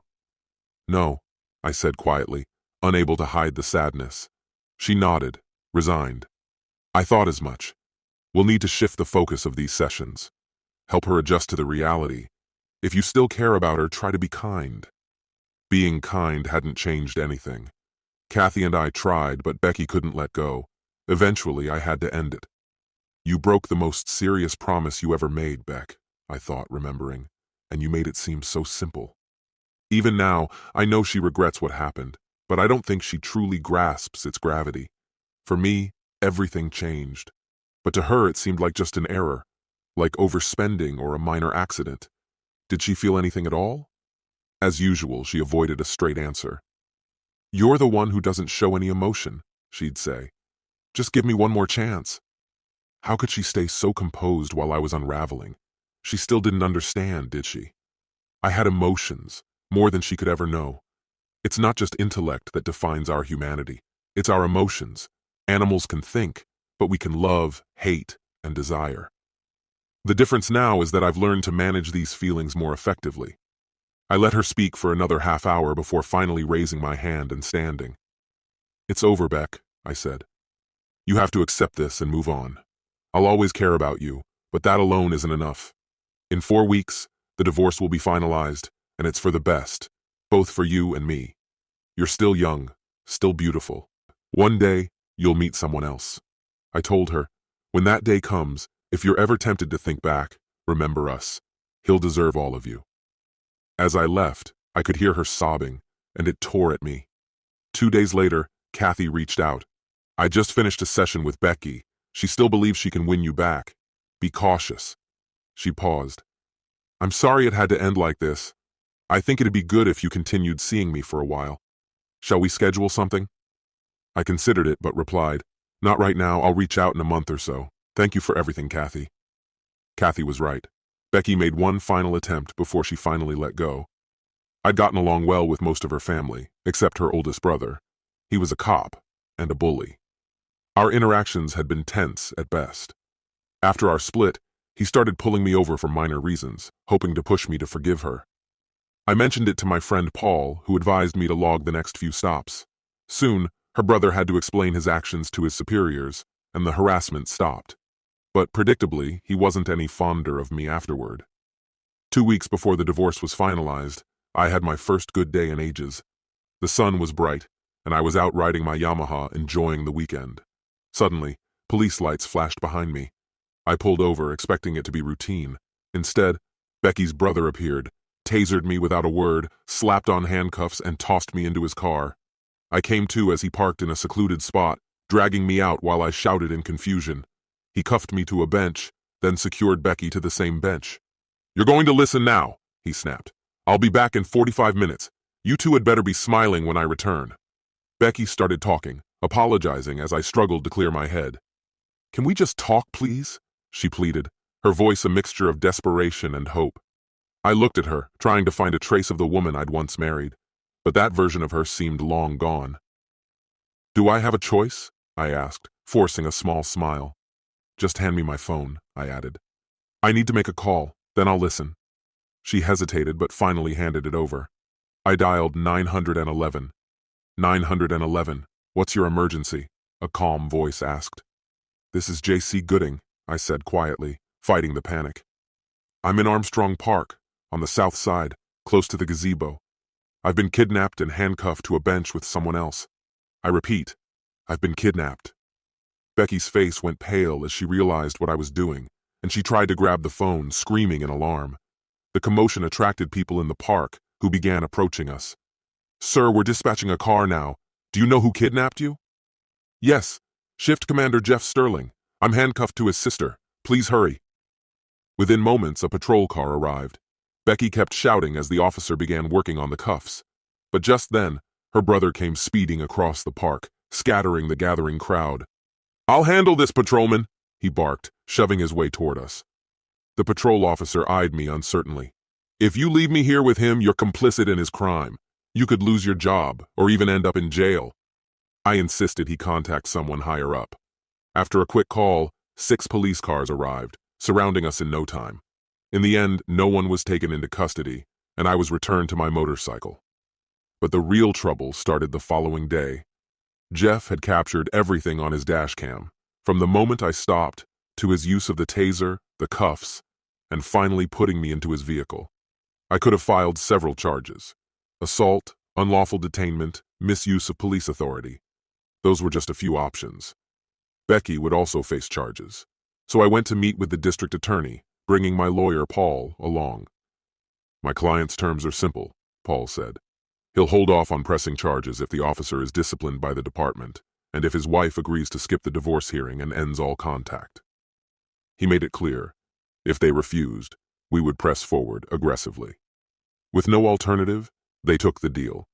The parents didn't want 2 of their 3 children ending up in jail. As for her brother, the consequences were severe. He was demoted, placed on night shifts, and formally reprimanded. His career progression essentially ended. Quitting wasn't even an option, as no other agency would take him. Meanwhile, I returned to my struggling business. I tried to move forward, but I lost almost everything: friends, clients, my wife. Word of what happened had spread, and business dropped off, leading to our closure.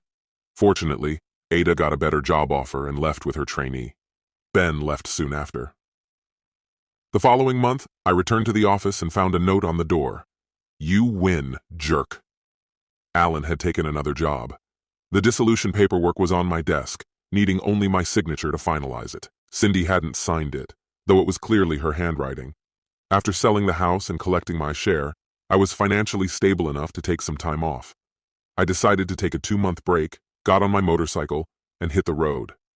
I eventually found myself 3 states away, just below the Mason-Dixon line, in one of the most beautiful mountain cities I'd ever seen. The locals were warm, easygoing, like a step back in time to the 60s. I spent 3 days exploring, seeing tourist sites, and doing some research. I visited a few other towns but felt nothing like this one. I returned, booked a room for a week, and started house hunting. Though I saw some condos and apartments, I preferred a detached house with a yard. On my 3rd try, I found a cozy cottage, about 1,200 square feet, with 2 bedrooms, a spacious yard, and a stream in the back. It was isolated from nearby neighbors, perfect for some peace. I leased it for a year with an option to buy and started job hunting. I found work at a small firm specializing in new and mid-sized businesses. They handed me a few minor accounts to gauge my skills. After 6 months, the boss wanted to talk.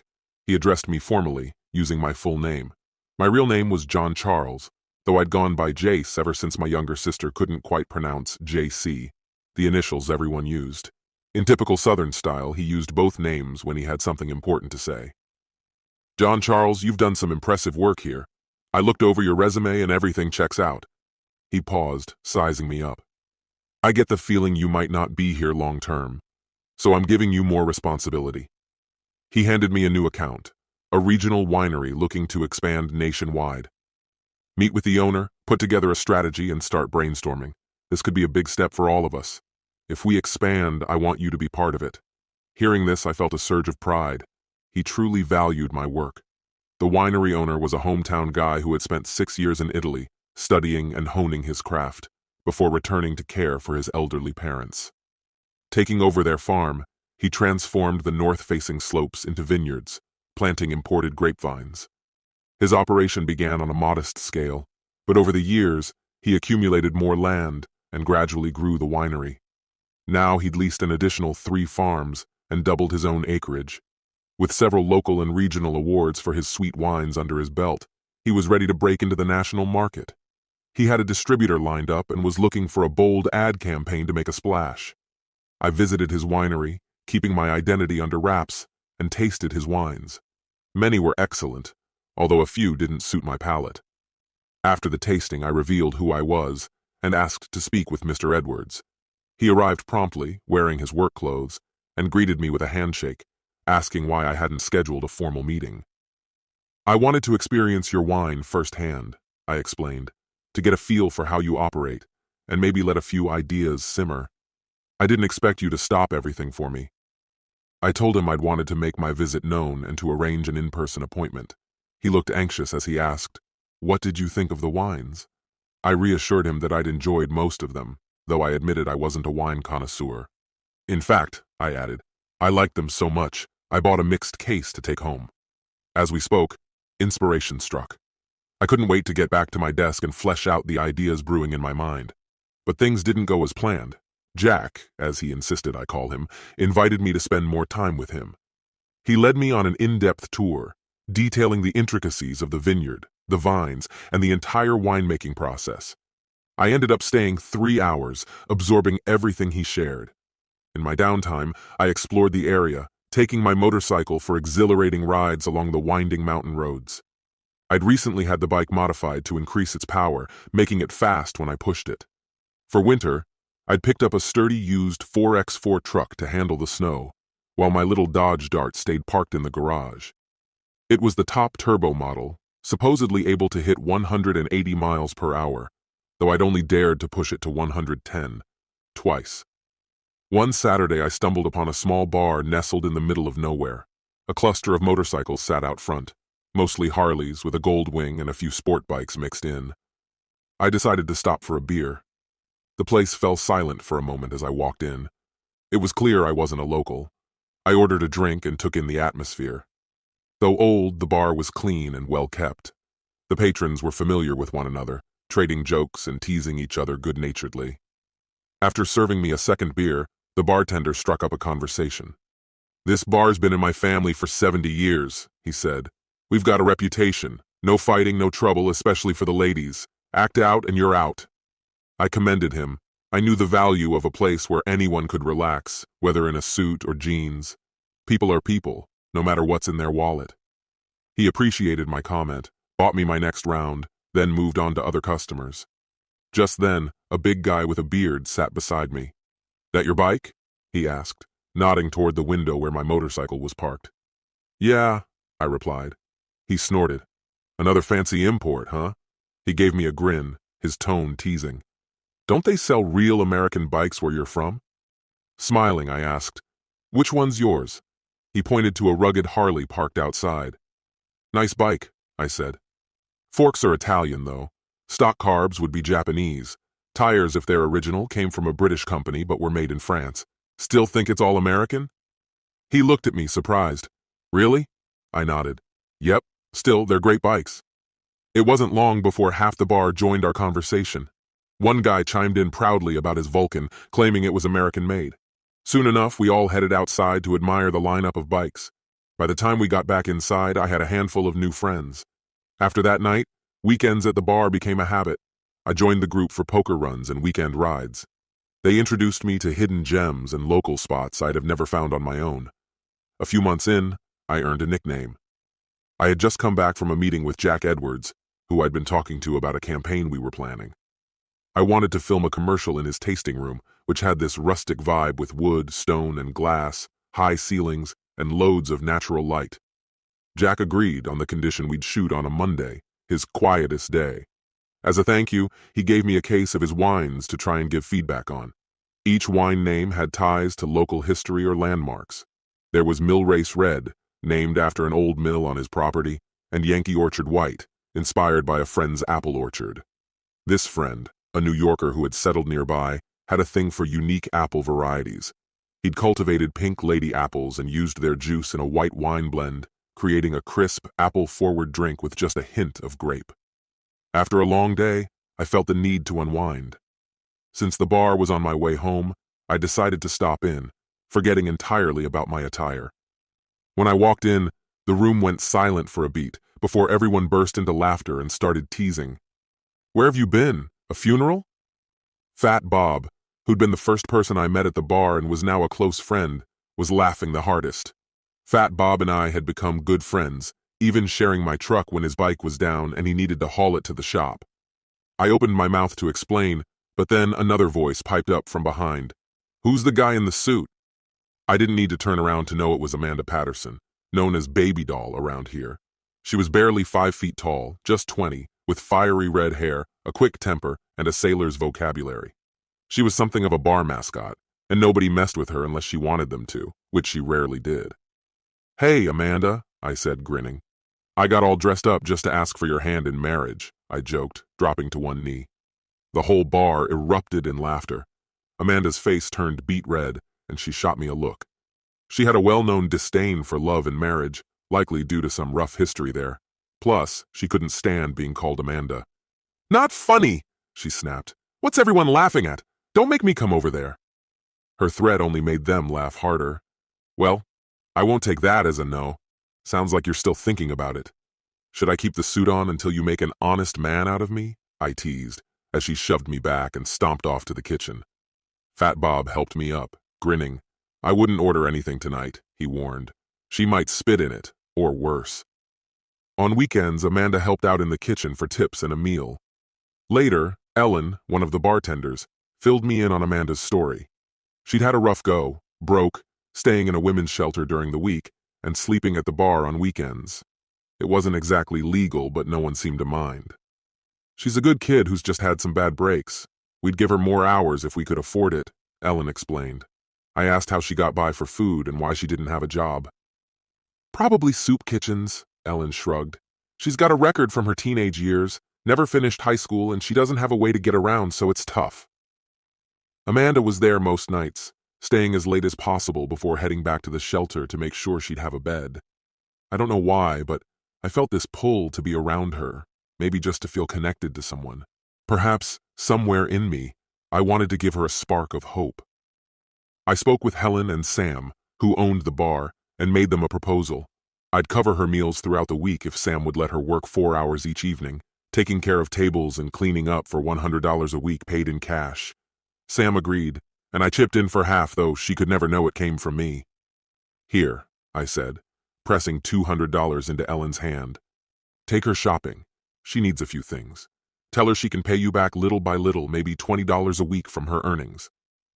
Ellen later told me it was the first time she'd seen Amanda cry. Amanda used that money carefully, buying just what she needed: some new underwear, 3 inexpensive pairs of jeans, 4 plain t-shirts, and 2 pairs of discounted sneakers. That was all. Ellen recounted it to me, and I couldn't help but think about the contrast. My friend Becky would think nothing of spending more than that on shoes she barely liked, only to discard them later. In fact, Becky likely spent more in a month on makeup than Amanda earned working. Amanda stayed hidden in the kitchen for the rest of the night. Later, Helen mentioned she'd seen Amanda wiping at her eyes, blaming it on chopping onions. I wondered if I'd made her feel uncomfortable. People at the bar had started calling me Suit by then, thinking it was amusing. I'd pop in wearing my work clothes now and then just to play along. Whenever I showed up in a suit, I'd joke with Amanda, asking if she'd changed her mind about disliking me.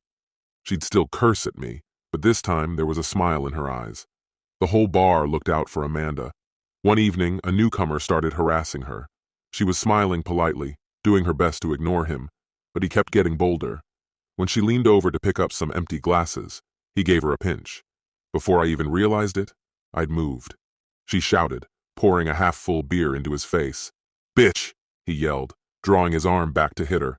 I grabbed his arm and pulled him from his seat. Sam and a hefty guy they called Fat Boy jumped in, stopping me before I could throw a punch. As we hauled him up, Amanda slapped the guy hard. "Don't you dare touch me again, you jerk! Next time my fiancé won't hold back."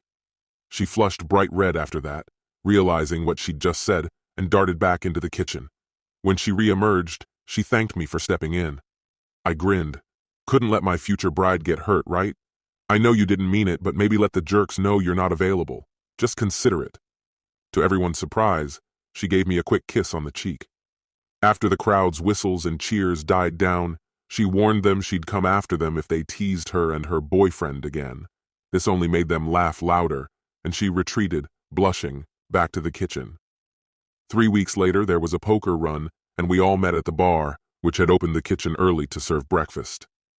After I'd eaten, I felt a small tug on my sleeve.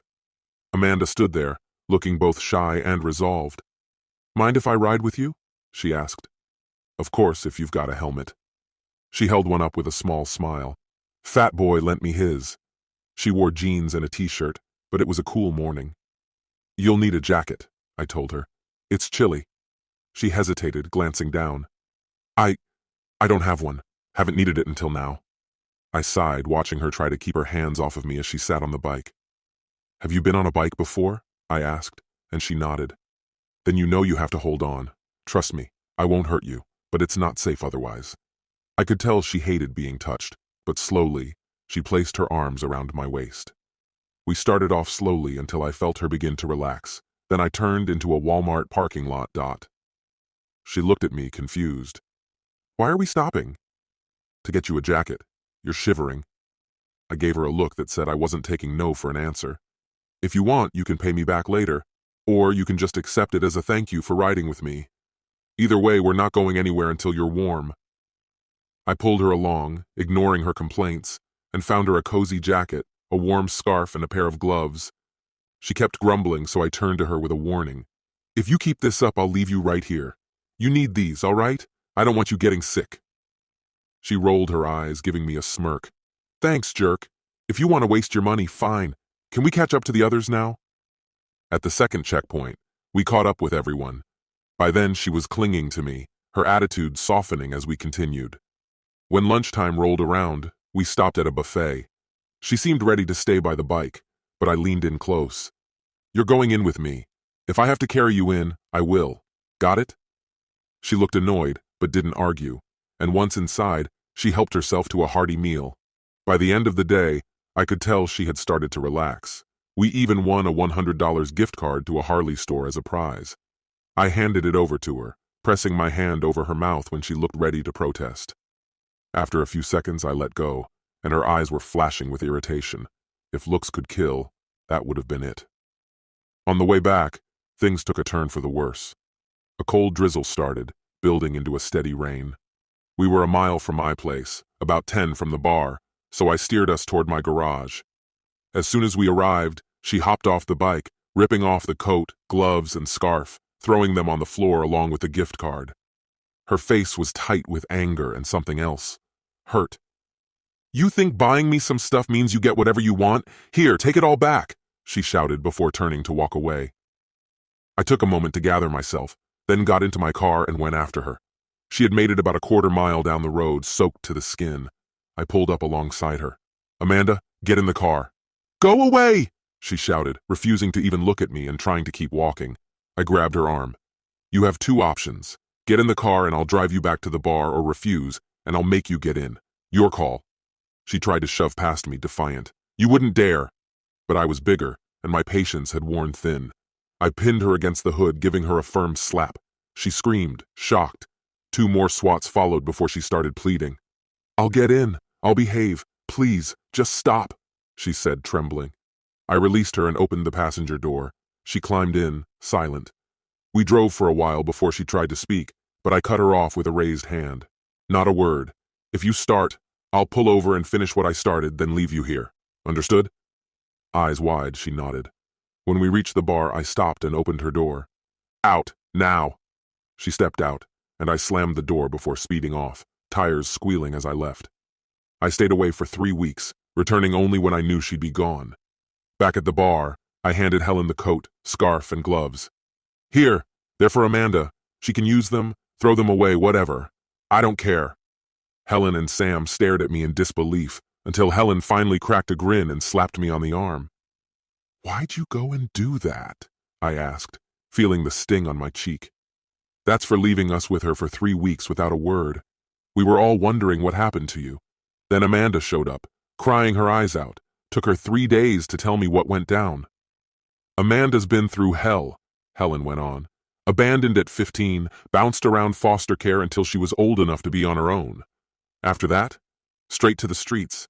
Got tangled up with a guy who treated her like dirt. She's fragile. Kindness scares her.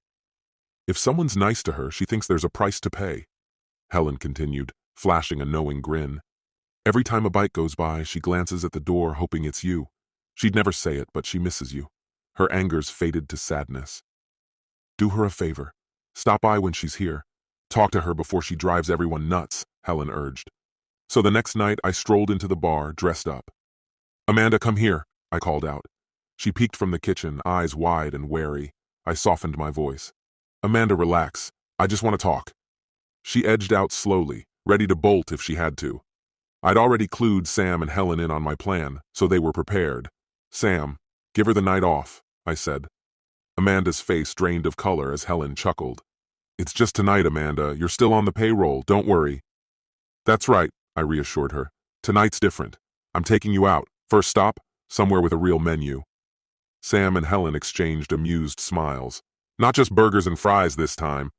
We'll catch a movie too, I added, remembering her love for sad films. Go get ready. You've got 10 minutes. Laughter echoed around the room, and Amanda, cheeks flushed, nervously fidgeted with her jeans. 10 minutes, Amanda, I reminded her, or I'll do exactly what I did on that rainy night. She gasped and darted to the back. I turned to Helen. Help her out, would you? She's nervous. Helen kissed my cheek. Only for you. When Amanda finally reappeared, the crowd erupted in cheers. Helen had styled her hair and done her makeup. She looked stunning. I took her arm, held the door open, and then helped her into the car, buckling her seatbelt as our friends cheered faintly in the background. As we started driving, I asked, Anywhere special you'd like to eat? She stared out the window. Anywhere's fine, she replied softly. I pulled over and looked at her. Amanda, look at me. She turned, startled. When I ask a question, I want a straight answer. Where do you want to go? He looked down, hesitated, then said quietly, I've always wanted to try lobster, but you don't have to spend so much.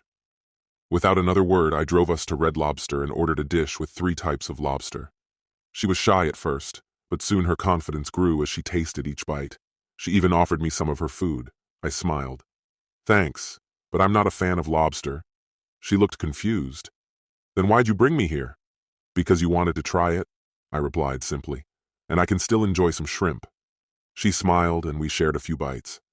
After dinner, we headed to a movie theater. There were 8 films showing, and I let her decide which one to see. I had no idea she was into horror, but the gorier the movie, the more she seemed to enjoy it. Afterward, we shared a huge banana split with 2 spoons at a little ice cream shop. For someone so petite, she could certainly put away dessert. The evening felt perfect until we walked past a bank displaying the time and temperature on a bright sign. Then her face fell. What's wrong? I asked. She sighed. It's too late for me to get into the shelter. They won't let me in this late. You'll have to drop me back at the bar. Instead, I nodded and quietly headed toward my own house. She didn't say anything as we pulled into the garage and I switched off the engine. Listen, Amanda, I told her. I've got a spare room you can use for the night. It has a lock, so you can have complete privacy. I explained that she could have a comfortable bed, a hot shower, and even breakfast in the morning. No strings attached. I'll head inside. You're free to stay in the car if you'd prefer, just lock the doors. But you're welcome to come in any time. After 30 minutes, she came inside, looking a bit unsure. I showed her to the spare room, set out fresh towels, handed her an oversized t-shirt to sleep in, and then turned in for the night, locking my own door just for a bit of extra reassurance. The next morning, I was already showered, dressed, and halfway through making breakfast when I knocked on her door. "Time to wake up, sleepyhead! Breakfast is ready!" I called, setting out coffee, a ham and cheese omelet, and some toast. Just when I thought she might not come out, she finally shuffled into the kitchen, still wearing my t-shirt, which hung down to her knees and made her look younger. Though still groggy, she polished off everything on her plate. We washed the dishes together, and then I grabbed my travel mug, asking where she'd like to be dropped off. She hesitated. "Usually I go to the library until my shift starts, but it won't open for another 2 hours. I guess you could drop me at the park." I didn't like that idea. "How about you stay here for now? I'll take the truck to work and leave you the car. Just don't scratch it or you'll be in serious trouble," I joked. Her eyes widened. "You trust me that much?" she asked, surprised. I grinned. "You're not planning on robbing me, are you?" Her cheeks turned red, and she started to respond, but I waved her off. "Didn't think so. While you're out, would you mind swinging by the dealership and getting the oil changed? It's already paid for, and I'll call them to let them know you're coming." She nodded, and before she could react, I gave her a quick peck on the cheek. "Thanks," I said. "There's food in the fridge, the TV remote is yours, and I'll call later. See you." As I left for work, I glanced back to see her touching her cheek where I'd kissed her. At work, my good mood didn't go unnoticed. One of the secretaries, who had flirted with me early on, shot me a sharp look when she noticed.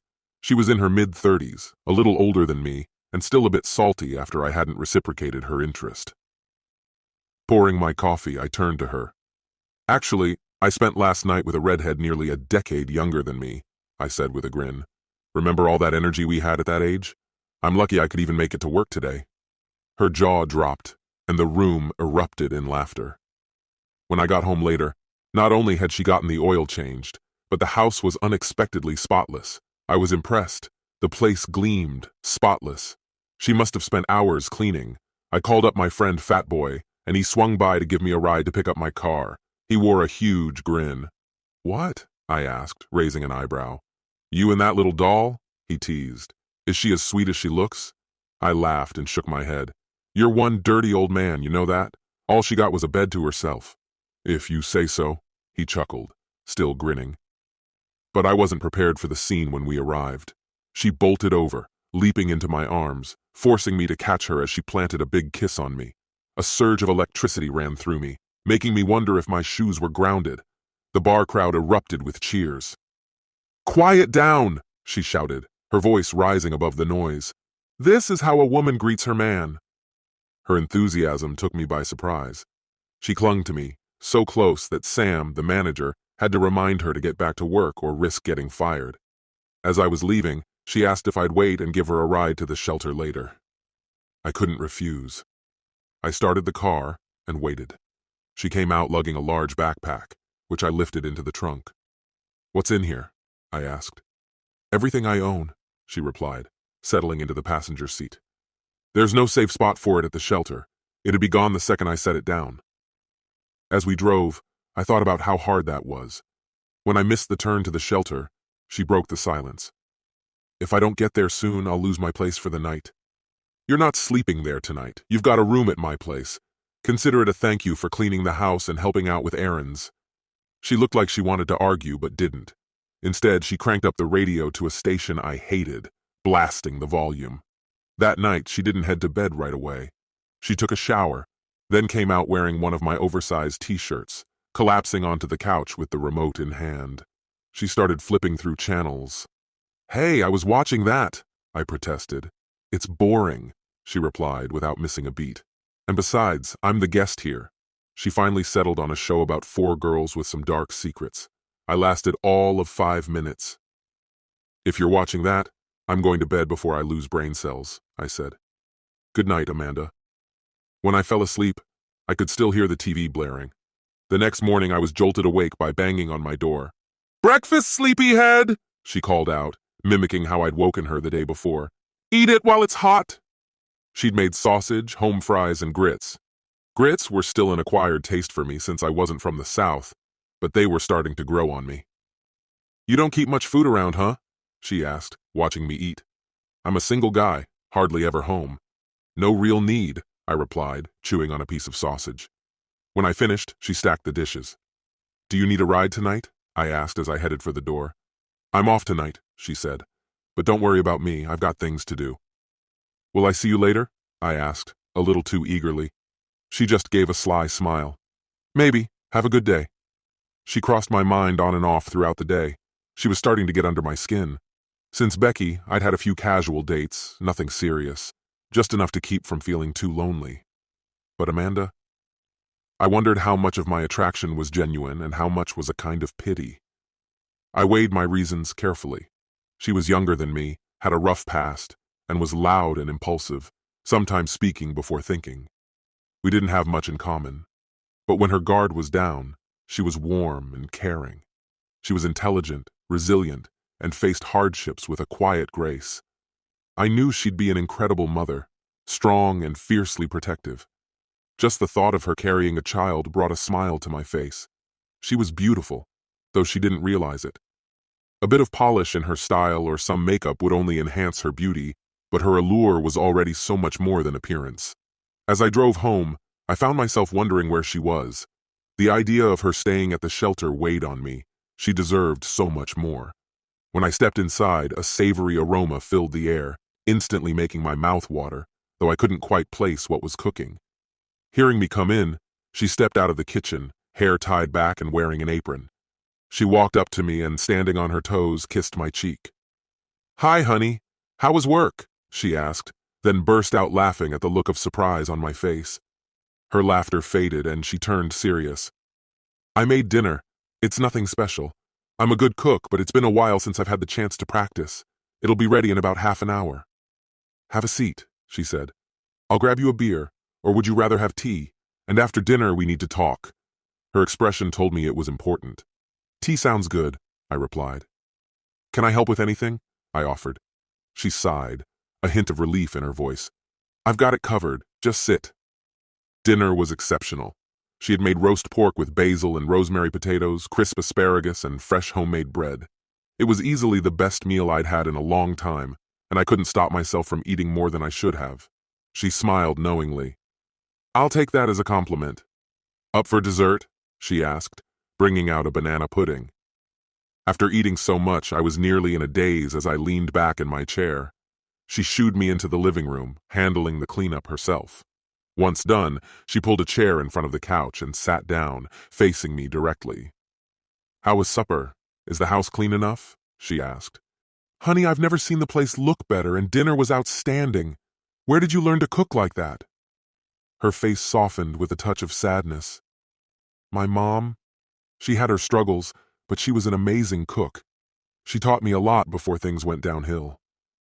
For a moment, I wanted nothing more than to reach out and hold her. She brushed aside the memories and fixed her gaze on me, her voice steady. "John Charles, I'd like to propose something." She took a breath. "I'd like to rent a room here. I can pay you $50 a week, plus I'll take care of the cooking, cleaning, laundry, even mowing the lawn if you want. I'll stay out of your way, I promise.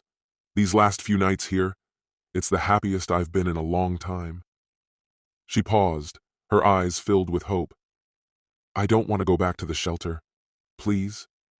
Her words were so sincere, and I could see her heart in them. But I shook my head. Her face fell, and her voice wavered. "I'll get my things. Can you drive me to the shelter?" "No," I said firmly. "You're not going anywhere. Sit down. I need to talk, and I need you to listen without interrupting. Promise?" She nodded, a mix of anxiety and hope flashing across her face. "Here's the deal. You can stay here, but under my terms. First, you don't pay me anything. Your rent will be keeping the house clean, doing the grocery shopping, and making meals. Second, I'll handle the yard work. I actually enjoy it. Third, you keep your job at the bar. You can take the dart for work and any household needs. And fourth, and this is the most important part, you need to go back to school. Get your high school diploma, or at least a GED, I told her firmly. She sat there stunned, her mouth open, clearly feeling the weight of not finishing school. This might be the push she needed. After a moment, she nodded. "I'll do it. But with school, will you help me? I'm going to need it." Relief washed over me, and I smiled. "I'll help you with everything, short of doing it for you." "Deal?" she asked, suddenly excited. And before I knew it, she was in my lap, kissing me, until she pulled back, blushing. "Sorry," she muttered, cheeks red. I just grinned. "But I have one more condition. You've got to give me a good night kiss every night, and one in the morning before I leave for work. No exceptions." She blushed again, then extended her hand with a mischievous grin. "Deal." We shook hands, marking the start of a new, strange, and wonderful chapter in our lives. The next morning I asked her where she'd gotten the groceries. She handed me the receipts, so I reimbursed her, then gave her my debit card, telling her to buy whatever food or essentials we needed. I left for work with a big smile, cheeks warm from her goodbye kiss. That day, nothing could wipe the grin off my face. Gail, my coworker, noticed. Apparently happiness annoyed her. "Did you see your young girlfriend last night?" she sneered. "Yes, and this morning," I replied casually. "She moved in last night. You should try finding someone, Gail. It might make you a bit nicer." Her glare could have curdled milk. At the bar that night, the guys teased me, but it was all in good fun. Sam shook my hand, and Helen gave me a peck on the cheek. "You're a good man, Suit. I knew she'd get to you sooner or later." I laughed. "We're just roommates, Helen. That's it, nothing more." She just smiled, her expression saying, "If you say so." Amanda greeted me with a grin so wide it looked like it might hurt. I was about to order a burger when she stopped me. "Dinner's in the fridge, just microwave it for 3 minutes. Hope you like it." I had a beer, played a round of pool with Fat Boy, then went home to a warm, homemade meal. She arrived around 10, fresh from her shift, going straight to shower. "I smell like old fries," she laughed, coming out in a robe, her hair wrapped in a towel. "What's on TV?" Over time, we settled into a simple routine. I took care of the yard and the cars, while she handled most of the housework. She cooked most meals, but I insisted on taking her out or grilling for her once a week. Sundays, if the weather was nice, we'd go for a ride, sometimes just the two of us, sometimes with friends. Soon, people started calling her Mrs. Suit, which she pretended to hate but secretly enjoyed. When she turned 21, I threw her a surprise party at the bar, and she even got presents. For someone who rarely showed emotion, she was in tears, hugging everyone in gratitude. My gift to her was a spa day and a gift card to a fancy store. "I'd love to see you in something other than jeans," I teased, and she blushed. Helen nudged me afterward, saying it was time to make things official between us. "I don't even know how she feels," I admitted. Helen shook her head. "Then you're the biggest fool around. She loves you but probably doesn't know how to show it. You need to help her figure it out. Trust me, it'll be worth it." "And how do you know so much about this?" I asked, intrigued. She wrapped her arms around Sam as he approached, her heart warming at the familiar comfort. 15 years ago, I was lost and broken like her. Then I met Sam. He took his time, showing me that kindness existed in the world, that there were men who treated others with respect. I just hadn't met one of them.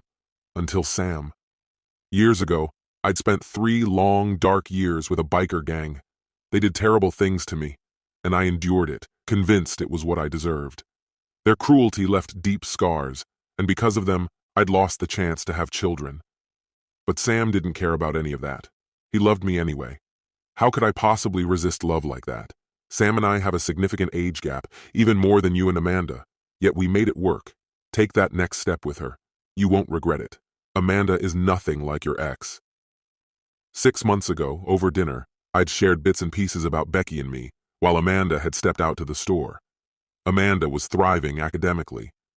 With my encouragement, she decided to aim higher and complete her high school diploma instead of settling for a GED.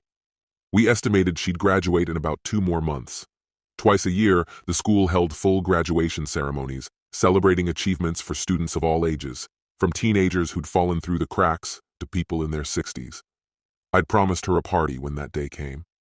I nearly had a heart attack when she wore the birthday gift I'd given her. She looked radiant in a white sundress, delicate earrings, a matching necklace, and 3-inch platform sandals.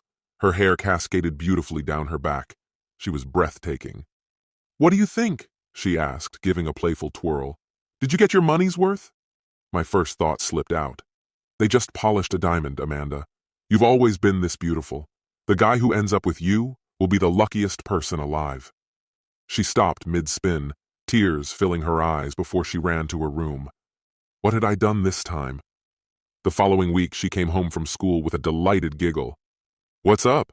I asked, glad to see her happy. A really cute guy asked me out.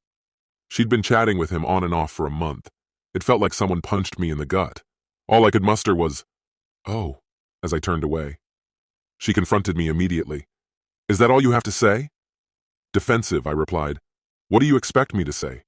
You're obviously into him. You've been talking for a month. Why would I stop you?" Frustrated, she stormed into her room, slamming the door behind her.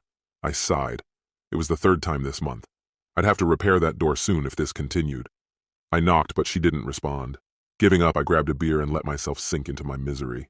By the third beer, I was brooding over the mystery of women, drifting into an uneasy sleep. I woke when she gently shook my shoulder. "What?" I muttered, still groggy. Then came the four dreaded words. "We need to talk." That woke me up. In my experience, nothing good followed that phrase. She asked, "Do you like me?" Her expression was unreadable. "Yes," I admitted. "I do." She pressed further. "How much?" "I don't know what you want from me, Amanda. Help me understand." She slapped me, and as I rubbed my jaw, she began a frustrated tirade. "What I'm trying to ask is, do you love me?" Not as a friend. Something far deeper. I have truly loved you for a long time, and you never noticed. I know I'm younger, less polished, and often lacking in social grace. I'm loud, possessive, fearful, and that's just scratching the surface. I can't handle this anymore, it's too painful. If you don't love me, I'll leave. I silenced her spiraling thoughts with a kiss. "Quiet now," I said, steady and sure. "Are you trying to convince me not to love you? Because it's already too late for that. All those things you think you lack don't matter. You have something far more precious. You have my heart." She nearly fainted at my words. When she came to, she was nestled in my arms, crying softly until she drifted into a peaceful sleep. No, we didn't go to her room to make love. She was still too raw, too vulnerable. I held her close until the tears subsided. Then I carried her to my bed, tucked her in, and slipped outside to gaze at the stars, contemplating what lay ahead. I stood there for over an hour. When I returned, she had put on one of my shirts and settled back into bed. As I lay down, she nestled into my arms, mumbling a sleepy, "Love you," before drifting off again. I held her, grateful for her warmth, and eventually found sleep myself. I woke up alone, lured by the aroma of breakfast wafting through the air. She was in the kitchen, preparing everything with quiet focus. I surprised her with a kiss on the neck, lifting her off her feet. She froze, then relaxed, laughing softly. "Let me go, or breakfast will be nothing but burnt waffles," she teased. After we ate, before we cleared the table, we sat and talked. It was Saturday, with no plans or obligations. She curled up on my lap. "Jace," she whispered, "I do love you, but please go slow with me. I'm carrying so much from my past." She opened up, her story pouring out between tears and tight embraces. Her life was happy until she turned 10. Then her father passed, and her mother crumbled, lost to sorrow and poor decisions, slipping into heavy drinking. A line of stepfathers and boyfriends followed. At 15, one of them tried to assault her. She fought back, reported it, and was removed from her mother's care, spending the next 3 years in foster care and juvenile detention. She once stole a car, desperate to see her little sister, who was 9 years younger. I hadn't even known she had a sister. At 18, she was left to fend for herself. Out of loneliness, she ended up with a man who took advantage of her vulnerability. He took her virginity, and each intimate encounter felt as if he were imposing himself upon her. Later, he wanted her to work for money, so she fled and eventually found her way here. My heart ached for her. "I want to be with you, Jace," she said softly, "but I'm scared. Help me." And so I did. I even helped her find a therapist. 4 months passed and things changed. We grew closer, sharing gentle touches and deep conversations. She felt safe enough to wear comfortable clothes around me, sometimes donning beautiful nightgowns to bed, a place she hadn't left since I first brought her there. Although she avoided alcohol, she enjoyed a bit of wine from a client gift. After half a bottle one evening, she became more open. Even then, I was patient. I kissed her tenderly, savoring each moment. When I reached her midsection, she shivered with excitement, responding in ways that surprised even her. "That was incredible," she murmured, holding my head gently. A few minutes later, she responded again, then guided me up to face her, eyes brimming with emotion. She climbed on top of me.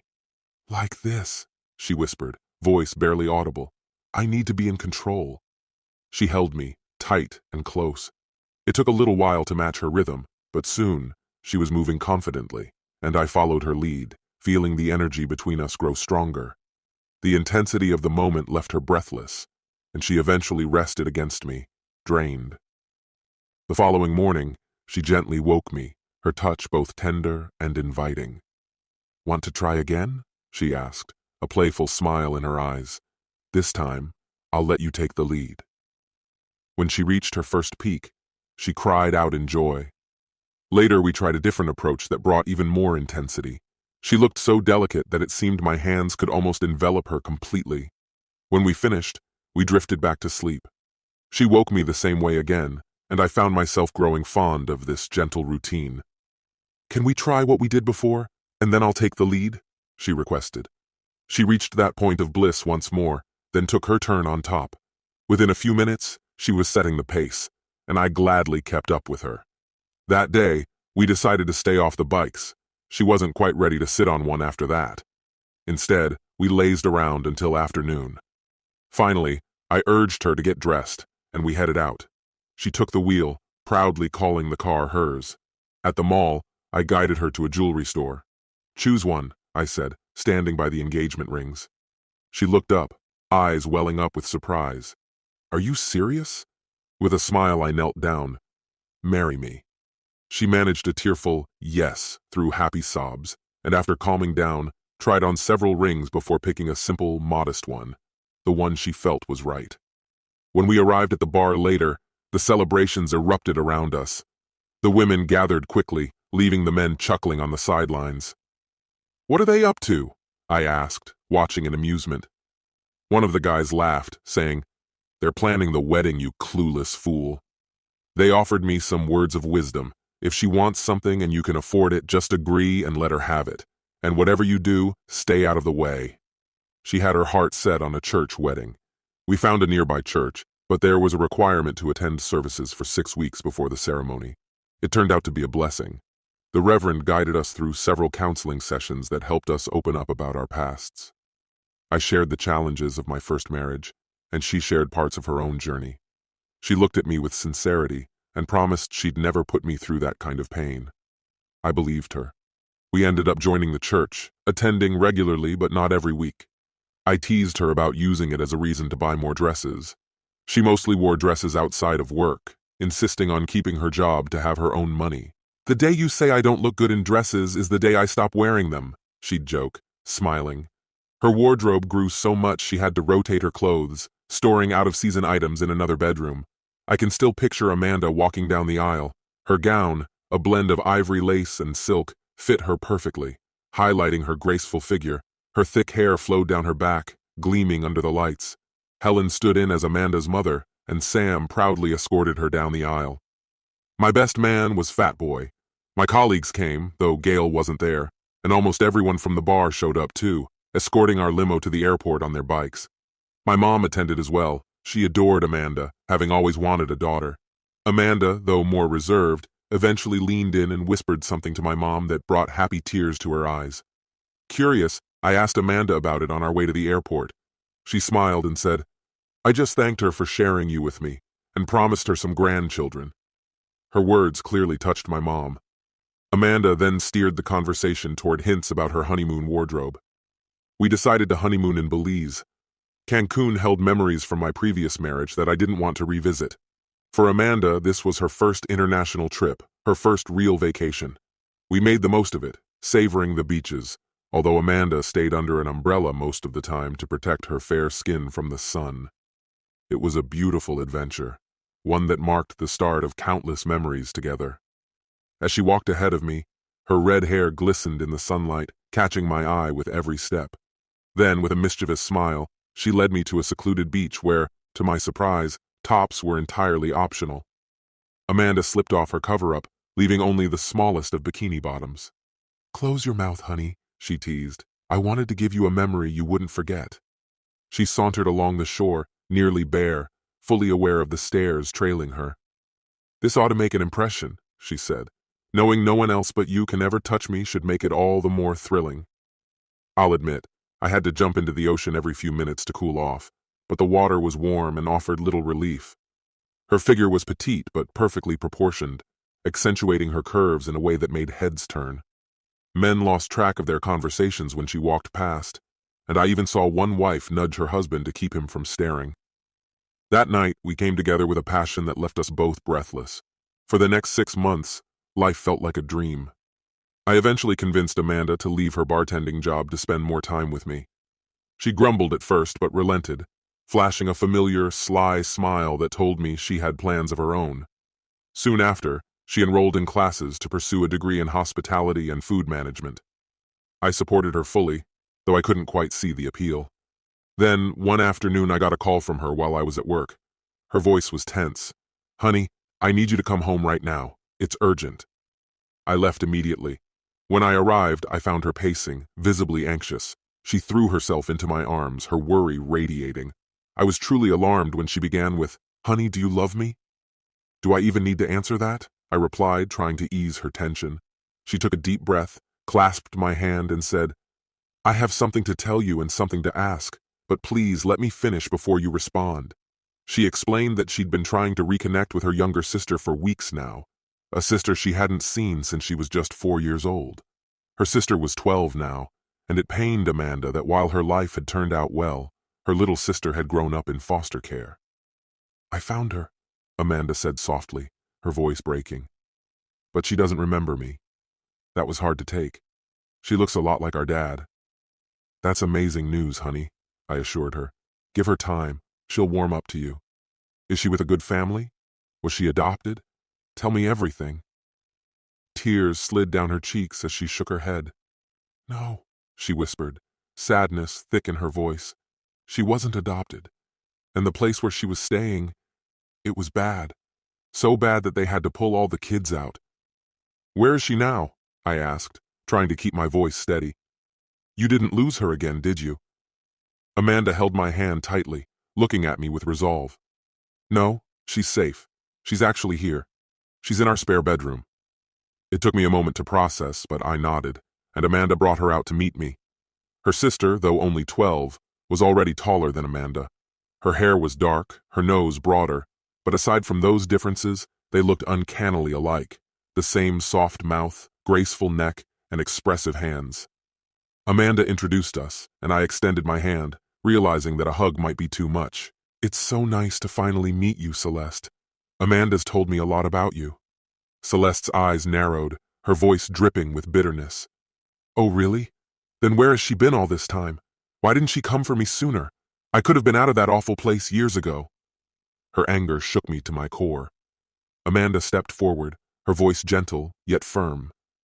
"I'm here now, honey. As soon as I could manage it, I came for you. 4 years ago, I was barely able to support myself. There was no way I could have cared for an 8-year-old. I had to become an adult first. If that frustrates you, I understand, and I'm sorry. Let's see if we can make things right." Celeste wasn't holding back, not in the slightest. "Fantastic. So now I get to live a picture-perfect life, wear fancy dresses and swoon over boys? Let me tell you something. I know all about boys. Why do you think they shut down the home? Men only want one thing, and it's right here." She grabbed at her crotch. "The moment you step out of here, your husband will try to make me do things. Let's just cut to the chase.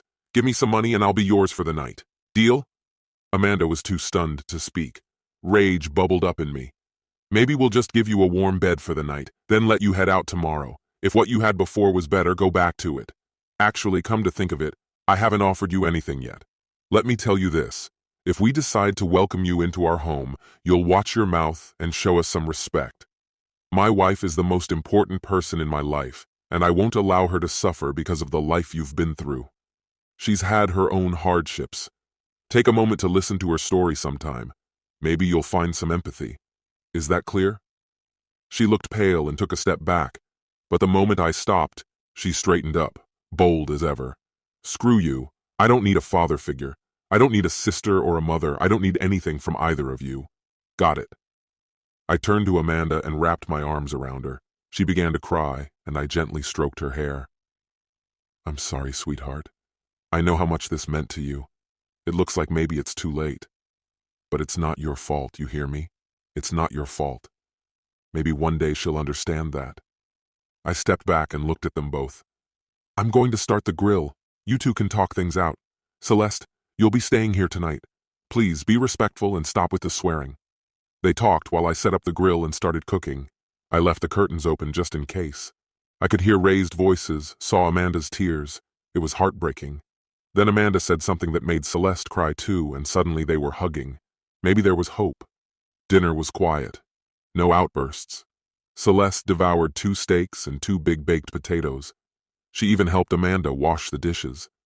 Later, they came into the living room to tell me they were heading out for a bit, probably to pick up some things for Celeste. While they were gone, I sat and thought, wondering what kind of society could treat children like they're disposable. They came back, and Celeste was actually laughing. She even said goodnight to us, proudly showing off new footed pajamas. Once she was asleep, Amanda and I talked in bed. Can we keep her, even if just for a while?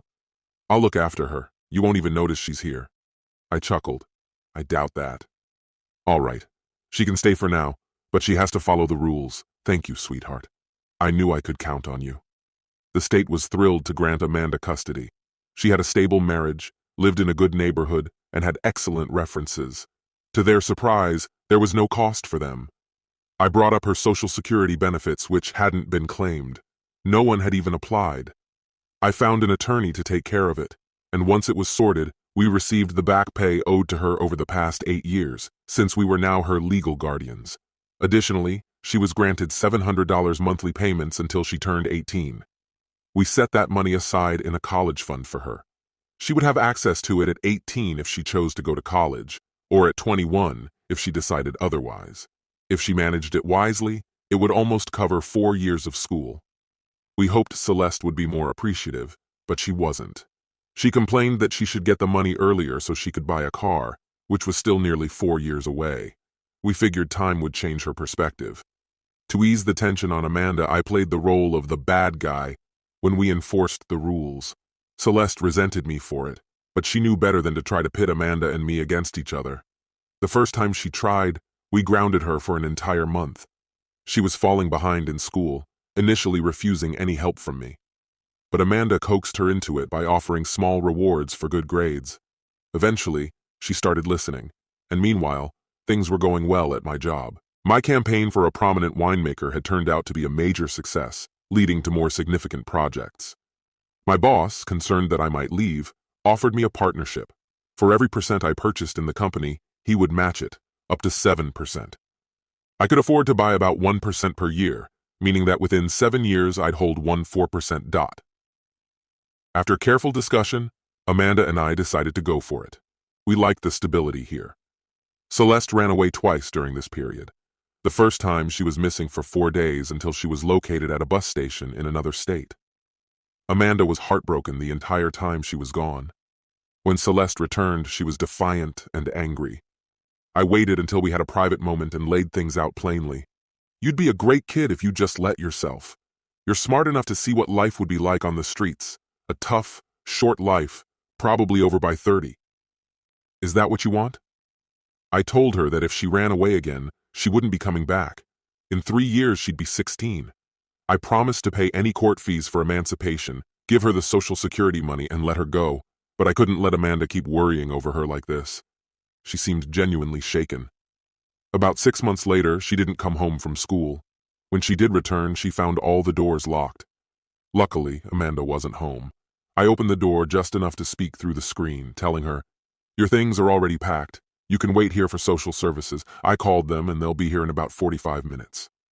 I let her inside and she curled up on the couch, rocking back and forth. It wasn't long before she broke down, crying and began pleading. Please, please don't make me leave. I'll be good, I swear. I didn't mean to run off. I panicked when I got caught smoking at school. They suspended me for 3 days. I didn't know what else to do. It would break Amanda's heart."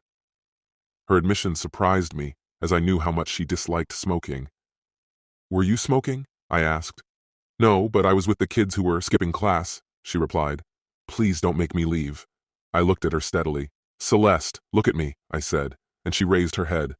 "You have a support system here. Amanda loves you. I love you. We're a family. and we're here to give you guidance, a stable home, and love. Let us handle things, all right? You should have come straight to us with this. Yes, there would have been consequences, and we'd have been disappointed, but our love for you wouldn't have changed." Her tears flowed even more as I told her I loved her, and she collapsed into my arms, sobbing. Just then, Amanda walked in, looking uneasy. "What's going on?" she asked. I turned to her with a gentle smile. "Our little girl's growing up," I said. "She made a mistake, got into trouble, but she came home and told me everything. I think she realizes where she went wrong and feels truly sorry. I'll let her explain it all to you." I hugged her one last time before stepping outside. By the mailbox, the DSS worker was waiting. "Hey, Denise," I greeted her. "Sorry for the alarm. She got into a bit of trouble at school, just a 3-day suspension. Nothing serious, but she was really scared to come to us. Amanda's with her now, trying to work through it." Denise gave a thoughtful nod. "I should probably go in, but I trust you," she said, relieved. "Now I can finally get home and make dinner for Fred, a family meal for once." "Thanks for understanding, Denise. And hey, why don't you and Fred come over this Sunday? I'm planning to roast some Boston butts." She smiled, though she declined. "Sounds great, Jace, but it's homecoming at our church. There's going to be a big feast. Why don't you join us? You'd actually be helping me in this little friendly competition we have about who can bring the most guests." I promised I'd check with Amanda and the girls and headed back inside. "Who was that?" Amanda asked as I closed the door. "Denise. She invited us to her church's homecoming. Are you interested?" "I think that sounds nice. They have that new young reverend, right? I've heard good things about him. I'll call her to see if we can bring anything." Celeste watched me with a grin that I tried, unsuccessfully, to counter with a stern look. She got up, chuckling. "I know I'm grounded for a month, but I can still go to church, right? Bobby Smith goes there too, doesn't he?" I shot her a look. "Celeste, you're 13. Boys can wait a lot longer." Amanda and Celeste exchanged knowing smiles, and she teased, "Men then," as she went off to help her sister with dinner. At that moment, I felt certain that everything would be okay for our family. The week had been eventful. Celeste made the honor roll for the first time and would soon start learning to drive. Just the thought of her behind the wheel made my stomach churn. And tonight, Amanda graduated, holding her diploma high with pride. She gave a heartfelt speech that left everyone moved to tears, speaking of her childhood, her bond with Celeste, and the strength she found in those who believed in her. She even thanked me for being a supportive husband and her sister for being her anchor. "Have faith, keep hoping, and believe in yourself," she told the crowd. "You might not get as lucky as I did, but you'll be better for trying." The next day, we held a cookout to celebrate. Our house was bustling with people. Mom came down, friends from the bar, my colleagues, including my boss, and even Denise from DSS. Jack Edwards and his wife, who I thought were still in Italy, dropped by. After the crowd cleared out, they offered to take Celeste for the weekend. Having married late, they never had kids, so spending time with her meant a lot. That week had been a whirlwind, but as I looked around at my family and friends, I felt a deep sense of peace. We were going to be all right. June cherished Amanda as if she were her own child. When Celeste was born, her joy knew no bounds. Every month, June would take Celeste for a weekend, giving Amanda and me a chance to spend time together. She'd always return with Celeste dressed in a new outfit. Mom joined in too, whisking Celeste away often, especially during the summer, so she was rarely home. When I voiced any objections, they quickly silenced me. "Those girls have had a hard journey, Jace," they'd say. "You were the best thing that ever happened to them." June would add, "I always dreamed of having a daughter and a grandchild. Thank you for giving me that." They'd smile and remind me not to complain about the way they doted on her. "Here's a thought," Mom suggested with a grin. "Why don't you give us a few more grandkids? It'd make sharing a bit easier." She finished her playful speech, just as we noticed Celeste nearby, tears in her eyes. The women hurried to comfort her. Once she'd calmed down, I started to ask her what was wrong, but Amanda gently stopped me. Then June chimed in. "Jace, listen to your mom. Amanda, you too." "We're not getting any younger," Mom added. "Give us more grandkids while we still have the energy to keep up with them." I glanced at Jack, who just smiled and nodded. "It's a wonderful idea," he said. Celeste gave me a long, tight hug before she left. Our bar visits became less frequent. Life with kids changes your priorities.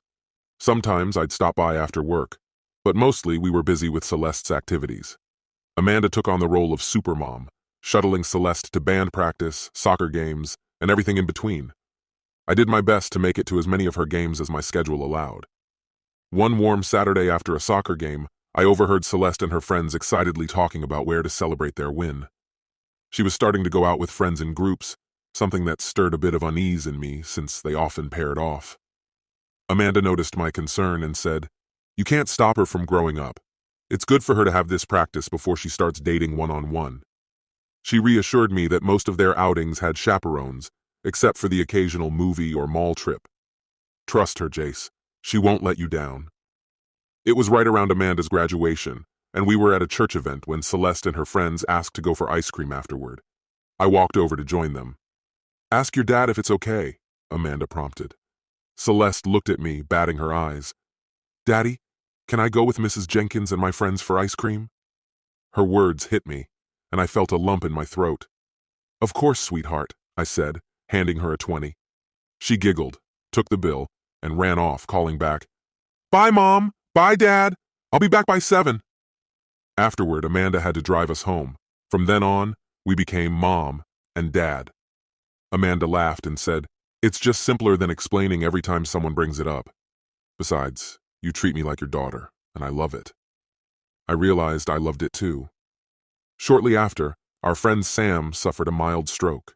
Although he wasn't in critical condition, he needed to slow down at work. All of us pitched in to help, but Helen struggled to keep things running smoothly. One Sunday after church, as we were preparing for a bike ride with Celeste off with friends, Amanda turned to me, looking serious. "Before we head out, I need to ask you something," she said, her tone earnest. "Please let me finish before you respond. This means a lot to me." A bit apprehensive, I nodded, hoping it wasn't bad news. "I love being Celeste's mom and your wife," she began, "but Helen really needs support, and I want to put my degree to use." She explained that she'd spoken with both Helen and Sam, and they'd come up with a plan. Amanda wanted to go back to work at the bar, but not just as an employee. She wanted to become a partner. Helen would manage the bar, Sam would offer support, and Amanda would oversee the kitchen. "Will you think about it?" she asked. During our ride, I let her words sink in. As we stopped by the bar, I took a moment to look around with fresh eyes. It was a good place, but it needed some attention. Helen joined us, and Amanda went off to the kitchen. Helen leaned forward, her expression thoughtful. "It's a lot to think about," she acknowledged. "I don't want to lose my wife to a business venture. You know my past, and I'm not a fan of mismatched schedules. Besides, we need to consider Celeste, and I'll need a clear picture of the financials." In truth, I knew I'd probably end up agreeing. Helen understood that I had a hard time denying her anything. She gave my hand a reassuring pat. "You won't lose her," she said warmly. "She's already got it all mapped out.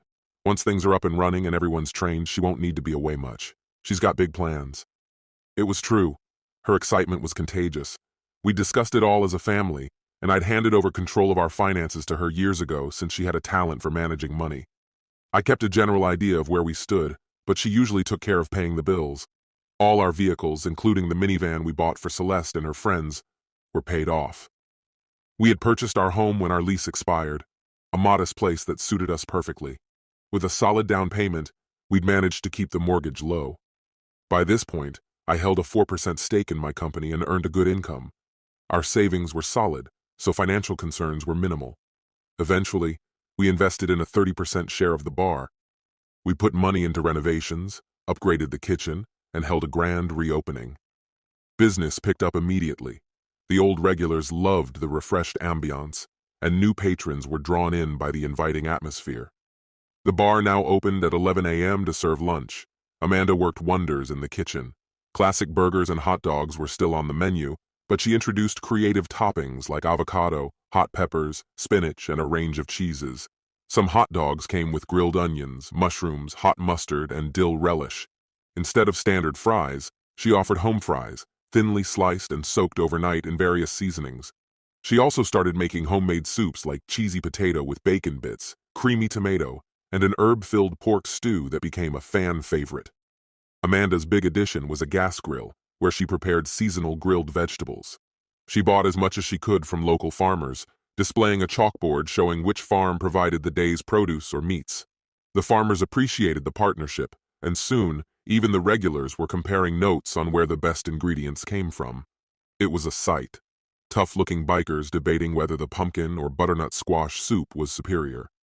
Amanda also introduced a wine list featuring local selections, including Jax's wines.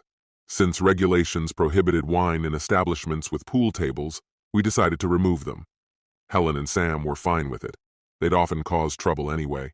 We added 8 new tables in their place. Helen took charge and made arrangements with a local brewer to feature their beers on draft. Word spread, and a food critic eventually visited, though we didn't realize it until a rave review appeared. "The best hidden gem in the state," read the headline.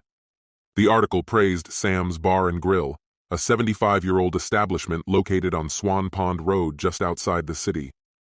With Amanda's culinary additions, it had gained a new spotlight. Regulars may have preferred the place stayed local, but there was no turning back. The bar now attracted a diverse crowd, from blue-collar workers to college students, who all mingled with ease. The only time voices were raised was during a debate over whether rosemary or basil belonged in the pork stew. I backed the biker's choice of rosemary, partly because he was bigger and partly because I liked rosemary too. The review highlighted the bar's simple, well-seasoned dishes at reasonable prices, noting the excellent service, relaxed ambiance, and spotless cleanliness. With a sanitation score of 102, just shy of perfect, the critic complimented Mrs. Gooding, who promised to achieve a flawless score within 6 months, even if it meant pushing her staff. Being just outside city limits, the bar served only beer and wine, not hard liquor. Helen, who managed the place with her husband Sam, mentioned they didn't plan to apply for a liquor license, even if the laws changed. "It's simpler without liquor," she explained. The bar retained a classic, saloon-like charm, featuring local beers and wines alongside popular national brands. The staff here is exceptionally knowledgeable, able to explain the nuances of different beers and wines with ease. Though it's a bit off the beaten path, it's absolutely worth the trip. I've visited 3 times, tried 3 different dishes, and each experience has left me impressed with both quality and service. One thing you can't miss: the banana pudding. It's the best I've ever tasted, hands down. When I mentioned this, Helen and Amanda just shared a knowing smile. "I had no idea who he was," Amanda said later. "I just thought he was another curious customer who knew his food." Celeste and I often dined there on Amanda's shift. Whenever we did, Amanda would take her break to join us. Celeste was already dreaming of working there once she reached the right age, and I was fully supportive. The place had grown more family-friendly, with most heavy drinking confined to the bar area. Thursdays attracted a big biker crowd, especially the local Harley group. They wanted to make it their meeting spot, but we lacked a private room. That changed when Amanda, Sam, and Helen decided to expand. They hired an architect, and soon the place was nearly 3 times larger. Even then, it was bustling. Around that time, I had acquired an 8% share in our agency. Celeste, now 16, started working part-time, learning kitchen skills from her sister mom. She hoped to attend culinary school after high school. She had her eye on a dark-colored car, but I wasn't about to give a fast car to a teenager. Instead, we got her a Mustang, a V6 that still had plenty of power. Amanda was nearing 26, and we both felt ready to start a family. She was on board but preferred to wait until Celeste graduated so she could focus fully on the baby. When Celeste overheard us, she laughed. "Mom, I'm not a baby. I can take care of myself. You should give Dad another kid while he's still young enough to help out." She made a fair point, though Amanda just chuckled, saying we'd discuss it later. Meanwhile, our business was thriving. The ad campaign I designed for Jack brought in a wave of clients, especially from the alcohol industry. We were now handling accounts for 2 more wineries, 3 breweries, and were in talks with a local distillery gaining national attention. During a regional conference, I unexpectedly ran into an old friend, Ada. We hadn't seen each other in nearly 6 years, and she looked even more beautiful with time. I spotted her first and approached quietly from behind. "Still have strong feelings about color lines?" I teased. "I gave up waiting for you, but you'd have no shortage of admirers here." I hugged her as I spoke. She was startled but then recognized me and hugged me back. "Jace, I can't believe it. Where have you been? You just vanished. I've missed you. There were times I could have really used your advice." We found a table and talked for over an hour, She confided that she'd divorced after discovering her husband's infidelity. Apparently, he hadn't been as particular about color lines as she was. She found him with a thin blonde. He'd sworn it was a one-time mistake, and they tried counseling. Just as she thought they were rebuilding, the woman got pregnant. He vanished, not even showing up for the final divorce hearing. I held her hand. "I'm so sorry, Ada. Are you seeing anyone now?" "No," she replied. "It's still too fresh, and I need a change. The agency I worked for got bought out, and I can't stand the new management. They only keep me around because I'm good at what I do. But I need something different." I handed her a business card and grinned. "Ever thought about heading south? Think it over and give me a call." Unexpectedly, she took my card. Before we headed out, she showed interest in my life, so I told her a bit about it. I held up my hand to reveal my wedding ring, grateful every day for what I have: a loving wife, a wonderful daughter, a fulfilling job, and a group of close friends. I shared photos of Amanda and Celeste with her, watching her eyes light up as she admired them. "How did you end up with someone so beautiful?" she asked, marveling at Amanda's looks and how much Celeste resembled her, despite having a different hair color. "Did she have a daughter at 6? She joked. I laughed, clarifying the ages. She hugged me, genuinely happy for the life I'd built. Looking back, it was strange how neither of us even mentioned Becky. 2 months later, my boss called me into his office and tossed a resume onto the desk. "Take a look. She listed you as a reference and claims you trained her. Does she have what it takes?" I glanced at the paper and couldn't help but smile. I might have taught her a few things, but honestly, she's a natural. She's even better than me now. If we can manage it, we'd be smart to bring her on board. He nodded. "All right, hire her. She'll report to you." Then he grew serious, looking me in the eye. "I haven't told anyone else yet, so this stays here," he said. "I'm sick, John Charles. It's bad. I've got a brain tumor." He explained that the tumor needed immediate removal, or it would be fatal, with only a 50-50 chance of survival. He'd spoken to his wife, Gloria, and they agreed that I should run the office in his absence. If he didn't make it, they'd need me to keep things going until Gloria decided on the future. Our close-knit circle of friends was heartbroken by the news. He and Jack especially had been friends for years. The day of the surgery, our entire office showed up, including Gail. Many of his other friends gathered too. He called us in one by one, wanting to say goodbye just in case. Ken, June, Amanda, Celeste, and I took turns comforting Gloria. When we weren't with her, we were praying in the chapel, hoping for his recovery. The operation took 5 long hours, and when the doctor finally emerged, we all held our breath. "So far, he's doing fine," he announced. "I'm optimistic about his recovery." The relief was overwhelming. We hugged, cried, and thanked both the medical team and God. Soon after, Ada joined our team, and she quickly became my trusted right hand. Amanda and Celeste took to her immediately, and she soon became a cherished part of our friend group. Eventually, the matchmakers among us, especially the married women, tried to set her up, but she resisted, insisting she wasn't ready yet. She spent a lot of time at our usual bar, and before long, everyone there knew she was part of our circle. I remember vividly when a friend invited her on a poker run. He was a massive, bearded man with a gentle soul, especially around kids who adored him. His marriage had ended painfully. His wife had cheated repeatedly, leaving him shattered and calling him weak. To make matters worse, her new partner insulted him, which sparked a confrontation. Sam and I bailed him out and got him a lawyer, but the experience scarred him, and he hadn't thought about dating since, until Ada accepted his invitation, with the caveat that they go on a casual date first. Whatever happened on that first date must have gone well because at the poker run, they couldn't stop smiling. 8 months later, she had a beautiful ring on her finger and was 3 months pregnant. Then, out of the blue, my life shifted again. A woman named Alice Johnson reached out, asking if we could work on a campaign for her. Alice was different from the usual clients. She actually had a solid plan. I was taken aback. Most clients come with weak ideas, determined to push them through, and when things flop, they can't grasp why. I usually redirect them to someone else to avoid inevitable disappointment. But Alice was different. She was a personal manager for fighters and, more notably, newly related to Bettina Bang Bang Burke, now Bettina Stewart, a middleweight MMA champion. This campaign wasn't for Bettina directly, but for a cause close to both their hearts. It was for a charity they actively supported. I had my doubts, but agreed to meet with her anyway. Ada and I picked Alice up from the airport, went out for lunch, and she shared her vision. It was smart, rare for a client. We refined it, tested it in focus groups, and decided to move forward. Before long, our ads appeared everywhere, particularly on billboards and in print. The campaign was called Got Love. Think of it like the Got Milk campaign, only instead of milk, it's centered around love, specifically adoption. Our slogan, Got Love, was for the National Adoption Coalition, an organization dedicated to finding children loving homes. The campaign gained traction across the country, featuring well-known individuals who were adopted themselves, posing with children awaiting adoption, often from the celebrity's hometown.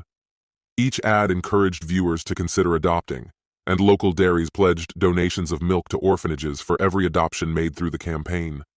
We even kept the iconic milk mustache.